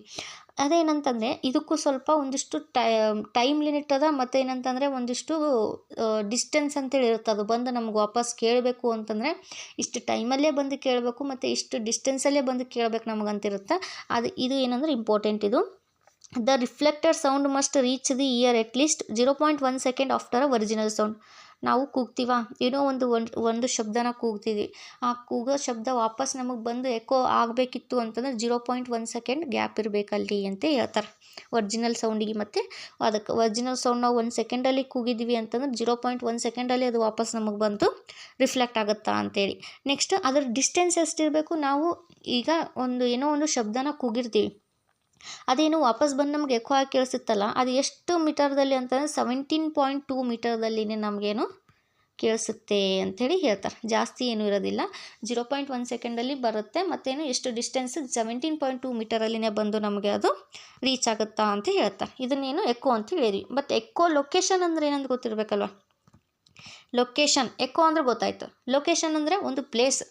ಏನು ಈಗ ನಾವು ಇಲ್ಲಿದ್ದೀವಿ, ಇಲ್ಲಿರುವಾಗ ಇಲ್ಲೊಂದು ಲೊಕೇಶನ್ ಅದ, ಇಲ್ಲಿ ಪ್ಲೇಸ್ನ ನಿಂತೀವಿ. ಈ ಒಂದು ಇಲ್ಲೊಬ್ರು ಕೂಗ್ತಾ ಇದ್ದಾರೆ, ಈ ಒಬ್ಬರು ಕೂಗೋರು ಇದೇ ಸೈಡ್ಲಿಂತನೇ ಕೂಗಕತ್ತಾರ ಅಂತೇಳಿ ಗೊತ್ತಾಗೋದಕ್ಕೇ ಎಕೋ ಲೊಕೇಶನ್. ಅವ್ರು ಇರೋಂಥ ಜಾಗದಲ್ಲಿಂತ್ರ ನಮಗೆ ಸೌಂಡ್ ಬರಾಕತ್ತ, ಅವ್ರು ಕಾಣಿಸ್ತಿರೋದಿಲ್ಲ ಬಟ್ ಅವ್ರ ಸೌಂಡ್ ಕೇಳಿಸ್ತಿರ್ತದೆ. ಈ ಥರ ಇರೋದಕ್ಕೇನು ಎಕೋ ಲೊಕೇಶನ್. ಅವ್ರ ಪ್ಲೇಸ್ಲಿಂತ್ರ ಅವ್ರನ್ನ ಕಂಡುಹಿಡಿಯೋದಕ್ಕೆ ಎಕೋ ಲೊಕೇಶನ್. ಸಿಂಪಲ್, ಅವ್ರ ಪ್ಲೇಸ್, ಅವರೇನೋ ಬೇರೆ ಜಾಗದಾಗ ನಿಂತಿದ್ದಾರೆ, ನಾವೇನೋ ಬೇರೆ ಜಾಗದಾಗ ನಿಂತಿದ್ದೀವಿ. ಅವ್ರ ಪ್ಲೇಸ್ಲಿಂತ್ರ ಅವ್ರು ಇರೋ ಜಾಗನ ನಾವು ಕಂಡುಹಿಡ್ಕೋತೀವಲ್ಲ, ಅದನ್ನೇನು ಎಕೋ ಲೊಕೇಶನ್ ಅಂತ ಕರಿತೀವಿ. ಇದಕ್ಕೆ ಬಯೋ ಸೋನಾರೂ ಅಂತ ಕರೀತಾರೆ, ಬಯೋಲಾಜಿಕಲ್ ಸೋನಾರೂ ಅಂತ ಕರೀತಾರೆ. ಬಯೋ ಅಂತಂದ್ರೆ ಮನುಷ್ಯರು, ಇದು ಪ್ರಾಣಿ ಆಗಿರಲಿ, ಯಾರೋ ಒಬ್ಬರು ಕೂಗೋದನ್ನು ನಮ್ಗೆ ಅವ್ರ ಜಾಗದಲ್ಲಿಂತ್ರ ನಾವು ಕಂಡುಹಿಡಿಯೋದಕ್ಕೆ ಬಯೋ ಸೋನಾರ್ ಇಲ್ಲ ಬಯೋಲಾಜಿಕಲ್ ಸೋನಾರ್ ಅಂತ ಕರಿತೀವಿ. Used by several animal. ಇದನ್ನು ಮೇಜರಾಗಿ ಎನಿಮಲ್ಸ್ ಯೂಸ್ ಮಾಡ್ತಾವೆ. ಯಾವುವು ಏನು ಅಂತೇಳಿ ಹೇಳ್ತೀನಿ. ಎನಿಮಲ್ಸ್ ಅಂತಂದರೆ ಈ ಬ್ಯಾಟ್ಸು, ಡಾಲ್ಫಿನ್ಸು ಇವೆಲ್ಲ ಇರ್ತಾವೆ ನೋಡ್ರಿ. ಅವು ಏನಂತಂದರೆ ತಮ್ಮ ಒಂದು ಆಹಾರ ಹುಡ್ಕೊಳ್ಳೋ ಸಂಬಂಧ ಎಲ್ಲಿ ಒಂದು ಬೇರೆ ಪ್ರಾಣಿ ಆಗಿರಲಿ, ಏನೋ ಒಂದು ಇನ್ಸೆಕ್ಟ್ ಆಗಿರಲಿ, ಅವು ಒಂದು ಕೂಗ್ತಾ ಇದ್ದರೆ ಅವ್ರ ಪ್ಲೇಸ್ಲಿಂತ್ರನೇ ಅವು ಕಂಡುಹಿಡಿದು ತಮ್ಮ ಆಹಾರನ ಕಂಡುಕೋತಾವೆ ಅನ್ನೋದಕ್ಕೆ ಎಕೋ ಲೊಕೇಶನ್ ಅನ್ನೋದು ವರ್ಡ್ನೇ ಯೂಸ್ ಮಾಡ್ಯಾರ. Bats, dolphins use this navigate and find a food in the dark and under water. Dolphins under ವಾಟರ್ದೊಳಗೆ, ಈಗ ಸೋನಾರನ್ನು ಅಂಡರ್ ವಾಟರ್ದೊಳಗೆ ಇರ್ತದಲ್ಲ, ಅಲ್ಲಿ ಅಲ್ಟ್ರಾಸೋನಿಕ್ ಯೂಸ್ ಮಾಡ್ತಾರೆ ಅಂತ ಹೇಳಿದ್ವಿ. ಅದೇ ರೀತಿ ಡಾಲ್ಫಿನ್ಗಳು ಏನಂತಂದ್ರೆ ತಮ್ಮ ಒಂದು ಫುಡ್ನ ಹುಡ್ಕ್ಯಾಡಬೇಕಿತ್ತು ಅಂತಂದ್ರೆ ಬೇರೆ ಒಂದು ಎನಿಮಲ್ದು ಒಂದು ಸೌಂಡ್ ಮುಖಾಂತರನೇ ಅದು ಒಂದು ಕಂಡುಹಿಡ್ಕೋತದ ಅಂತ ಹೇಳ್ತಾರೆ. ಇದು ಎಕೋ ಲೊಕೇಶನ್ ಅಂದ್ರೆ ಅದರ ಲೊಕೇಶನ್ಲಿಂತ್ರ ಅದನ್ನು ಕಂಡುಹಿಡೋದಕ್ಕೆ ಎಕೋ ಲೊಕೇಶನ್ ಅಂತೇಳಿ ಕರಿತೀವಿ.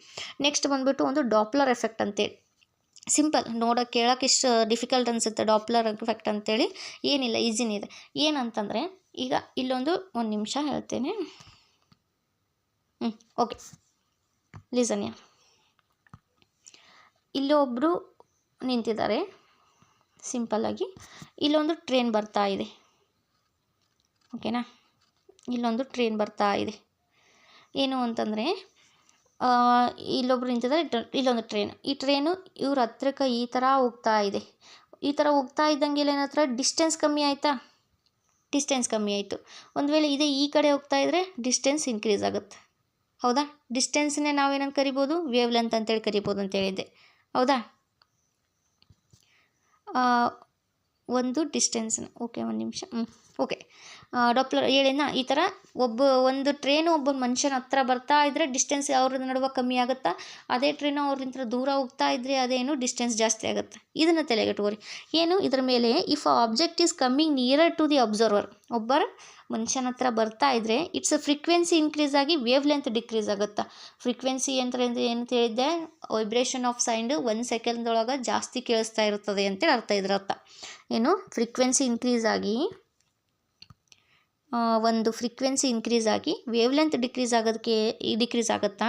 ಇಲ್ಲ ಅಂತಂದರೆ ಅದೇ ಒಂದು ಆಬ್ಜೆಕ್ಟ್ಲಿಂತ್ರ ಒಂದು ಮನುಷ್ಯ ಇರ್ತಾನೆ, ಒಂದು ಟ್ರೈನ್ ಬರ್ತಾ ಇರುತ್ತೆ, ಇದು ಇವನ ಕಡೆ ಬರ್ತಾ ಇದ್ದರೆ ಫ್ರೀಕ್ವೆನ್ಸಿ ಕಮ್ಮಿ ಆಗುತ್ತೆ, ಫ್ರೀಕ್ವೆನ್ಸಿ ಇನ್ಕ್ರೀಸ್ ಆಗುತ್ತೆ. ಸೊ ಗೊತ್ತಾಯ್ತಾ ನಮಗೆ. ಏನಂತಂದರೆ ಒಂದು ಆಬ್ಜೆಕ್ಟು ಒಂದು ಆಬ್ಜೆಕ್ಟ್ ಇರುತ್ತೆ, ಏನಂದರೆ ಟ್ರೈನು ಒಬ್ಬ ಮನುಷ್ಯನ ಹತ್ರ ಹೋದಂಗೆಲ್ಲ ವೇವ್ ಲೆಂತ್ ಕಮ್ಮಿ ಆಗುತ್ತಾ, ಫ್ರೀಕ್ವೆನ್ಸಿ ಜಾಸ್ತಿ ಆಗುತ್ತಾ. ಅದೇ ಉಲ್ಟಾ ಏನಂತಂದರೆ ಒಂದು ಡಿಸ್ಟೆನ್ಸಲ್ಲಿ ಹೋಗ್ತಾ ಇದ್ದರೆ ಅದನ್ನೇ ಏನಂತಂದರೆ ಫ್ರೀಕ್ವೆನ್ಸಿ ಡಿಕ್ರೀಸ್ ಆಗುತ್ತಾ, ವೇವ್ ಲೆಂತ್ ಇನ್ಕ್ರೀಸ್ ಆಗುತ್ತಾ. ಎಕ್ಸಾಂಪಲ್ ಏನಂತಂದರೆ ಒಂದು ಪೊಲೀಸ್ ಸೈರನ್. ಏನಂತಂದರೆ ಈಗ ನಾವು ನೋಡ್ತಾ ಇರ್ತೀವಿ ರೋಡ್ ಮೇಲೆ ಆ್ಯಂಬುಲೆನ್ಸ್ ಆಗಿರಲಿ, ಒಂದು ಪೊಲೀಸ್ ಸೈರನ್ ಆಗಿರಲಿ, ಅವ್ರದ್ದು ನಮ್ಮ ಹತ್ರಕ್ಕೆ ಬರ್ತಾ ಇದ್ರೆ ಅಂದರೆ ಸೌಂಡು ಫ್ರೀಕ್ವೆನ್ಸಿ ಇನ್ಕ್ರೀಸ್ ಆಗುತ್ತೆ. ಏನಂತಂದರೆ ದೂರ ಹೋಗ್ತಾ ಇದ್ರೆ ಏನಂತಂದರೆ ಸೌಂಡ್ ಕಮ್ಮಿ ಆಗುತ್ತೆ. ಸೊ ಇದ್ರ ಮೇಲೆ ಡಿಸ್ಟೆನ್ಸ್ನ ನಾವು ಅಳತೆ ಮಾಡ್ತೀವಿ, ಅದನ್ನೇ ಡಾಪ್ಲರ್ ಎಫೆಕ್ಟ್ ಅಂತೇಳಿ ಕರಿತಾವೆ. ಏನು ಡಾಪ್ಲರ್ ಎಫೆಕ್ಟ್ ಅಂದರೆ the apparent change in the sound frequency when the source or observer moves. ಏನೋ ಒಬ್ಬ ಸೋರ್ಸಲ್ಲೇ ಒಂದು ಅಬ್ಸರ್ವರು ಅದನ್ನು ಒಂದು ನೋಡ್ತಾ ಇದ್ರೆ ಅದೇನು ಡಿಸ್ಟೆನ್ಸಲ್ಲಿ ದೂರ ಹೋಗ್ತಾ ಇದ್ರೆ ಏನಂತಂದ್ರೆ ವೇವ್ ಲೆಂತ್ ಇನ್ಕ್ರೀಸ್ ಆಗುತ್ತಾ, ಅವನ ಹತ್ರಕ್ಕೆ ಬರ್ತಾ ಇದ್ರೆ ವೇವ್ ಲೆಂತ್ ಕಡಿಮೆ ಆಗುತ್ತೆ. ಇದನ್ನೇ ಡಾಪ್ಲರ್ ಎಫೆಕ್ಟ್ ಅಂತೇಳಿ ಹೇಳ್ತಾರೆ.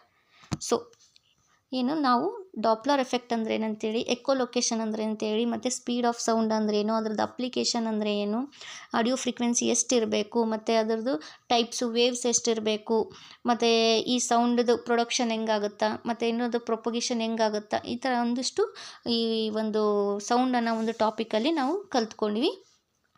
ಓಕೆ, ಇದೇ ರೀತಿಯಾಗಿ ಸೌಂಡ್ ಬಗ್ಗೆ ಇನ್ನಷ್ಟು ಸ್ವಲ್ಪ ಮಾಹಿತಿ ಇದೆ. ಅದೇನಂತಂದರೆ ಈ ಒಂದು ಸೌಂಡಿಂದು ಯಾವ ಥರ ನಮ್ಮ ಇಯರಲ್ಲಿ ಎಫೆಕ್ಟ್ ಆಗುತ್ತೆ, ಮತ್ತು ಈ ಒಂದು ಸೌಂಡ್ ಮೇಲೆ ಯಾವ ಥರ ಪ್ರೀವಿಯಸ್ ಇಯರ್ ಕ್ವಶನ್ಸ್ ಬಂದಿದೆ, ಇದನ್ನು ಒಂದು ನೆಕ್ಸ್ಟ್ ಒಂದು ಟಾಪಿಕಲ್ಲಿ ನಾವು ಮಾಡ್ತಾ ಹೋಗೋಣ. ಏನಿಲ್ಲ, ಒಂದು 10 ನಿಮಿಷದಲ್ಲಿ ಈ ಥರ ಒಂದು ಯಾವುದು ಥರ ಕ್ವಶನ್ಸ್ ಬಂದಿದೆ, ಅದನ್ನು ಯಾವ ಥರ ಕೇಳಿದ್ದಾರೆ ಅನ್ನೋದು ನಿಮಗೆ ಕ್ಲಾರಿಟಿ ಕೊಡ್ತಾ ಹೋಗ್ತೇನೆ.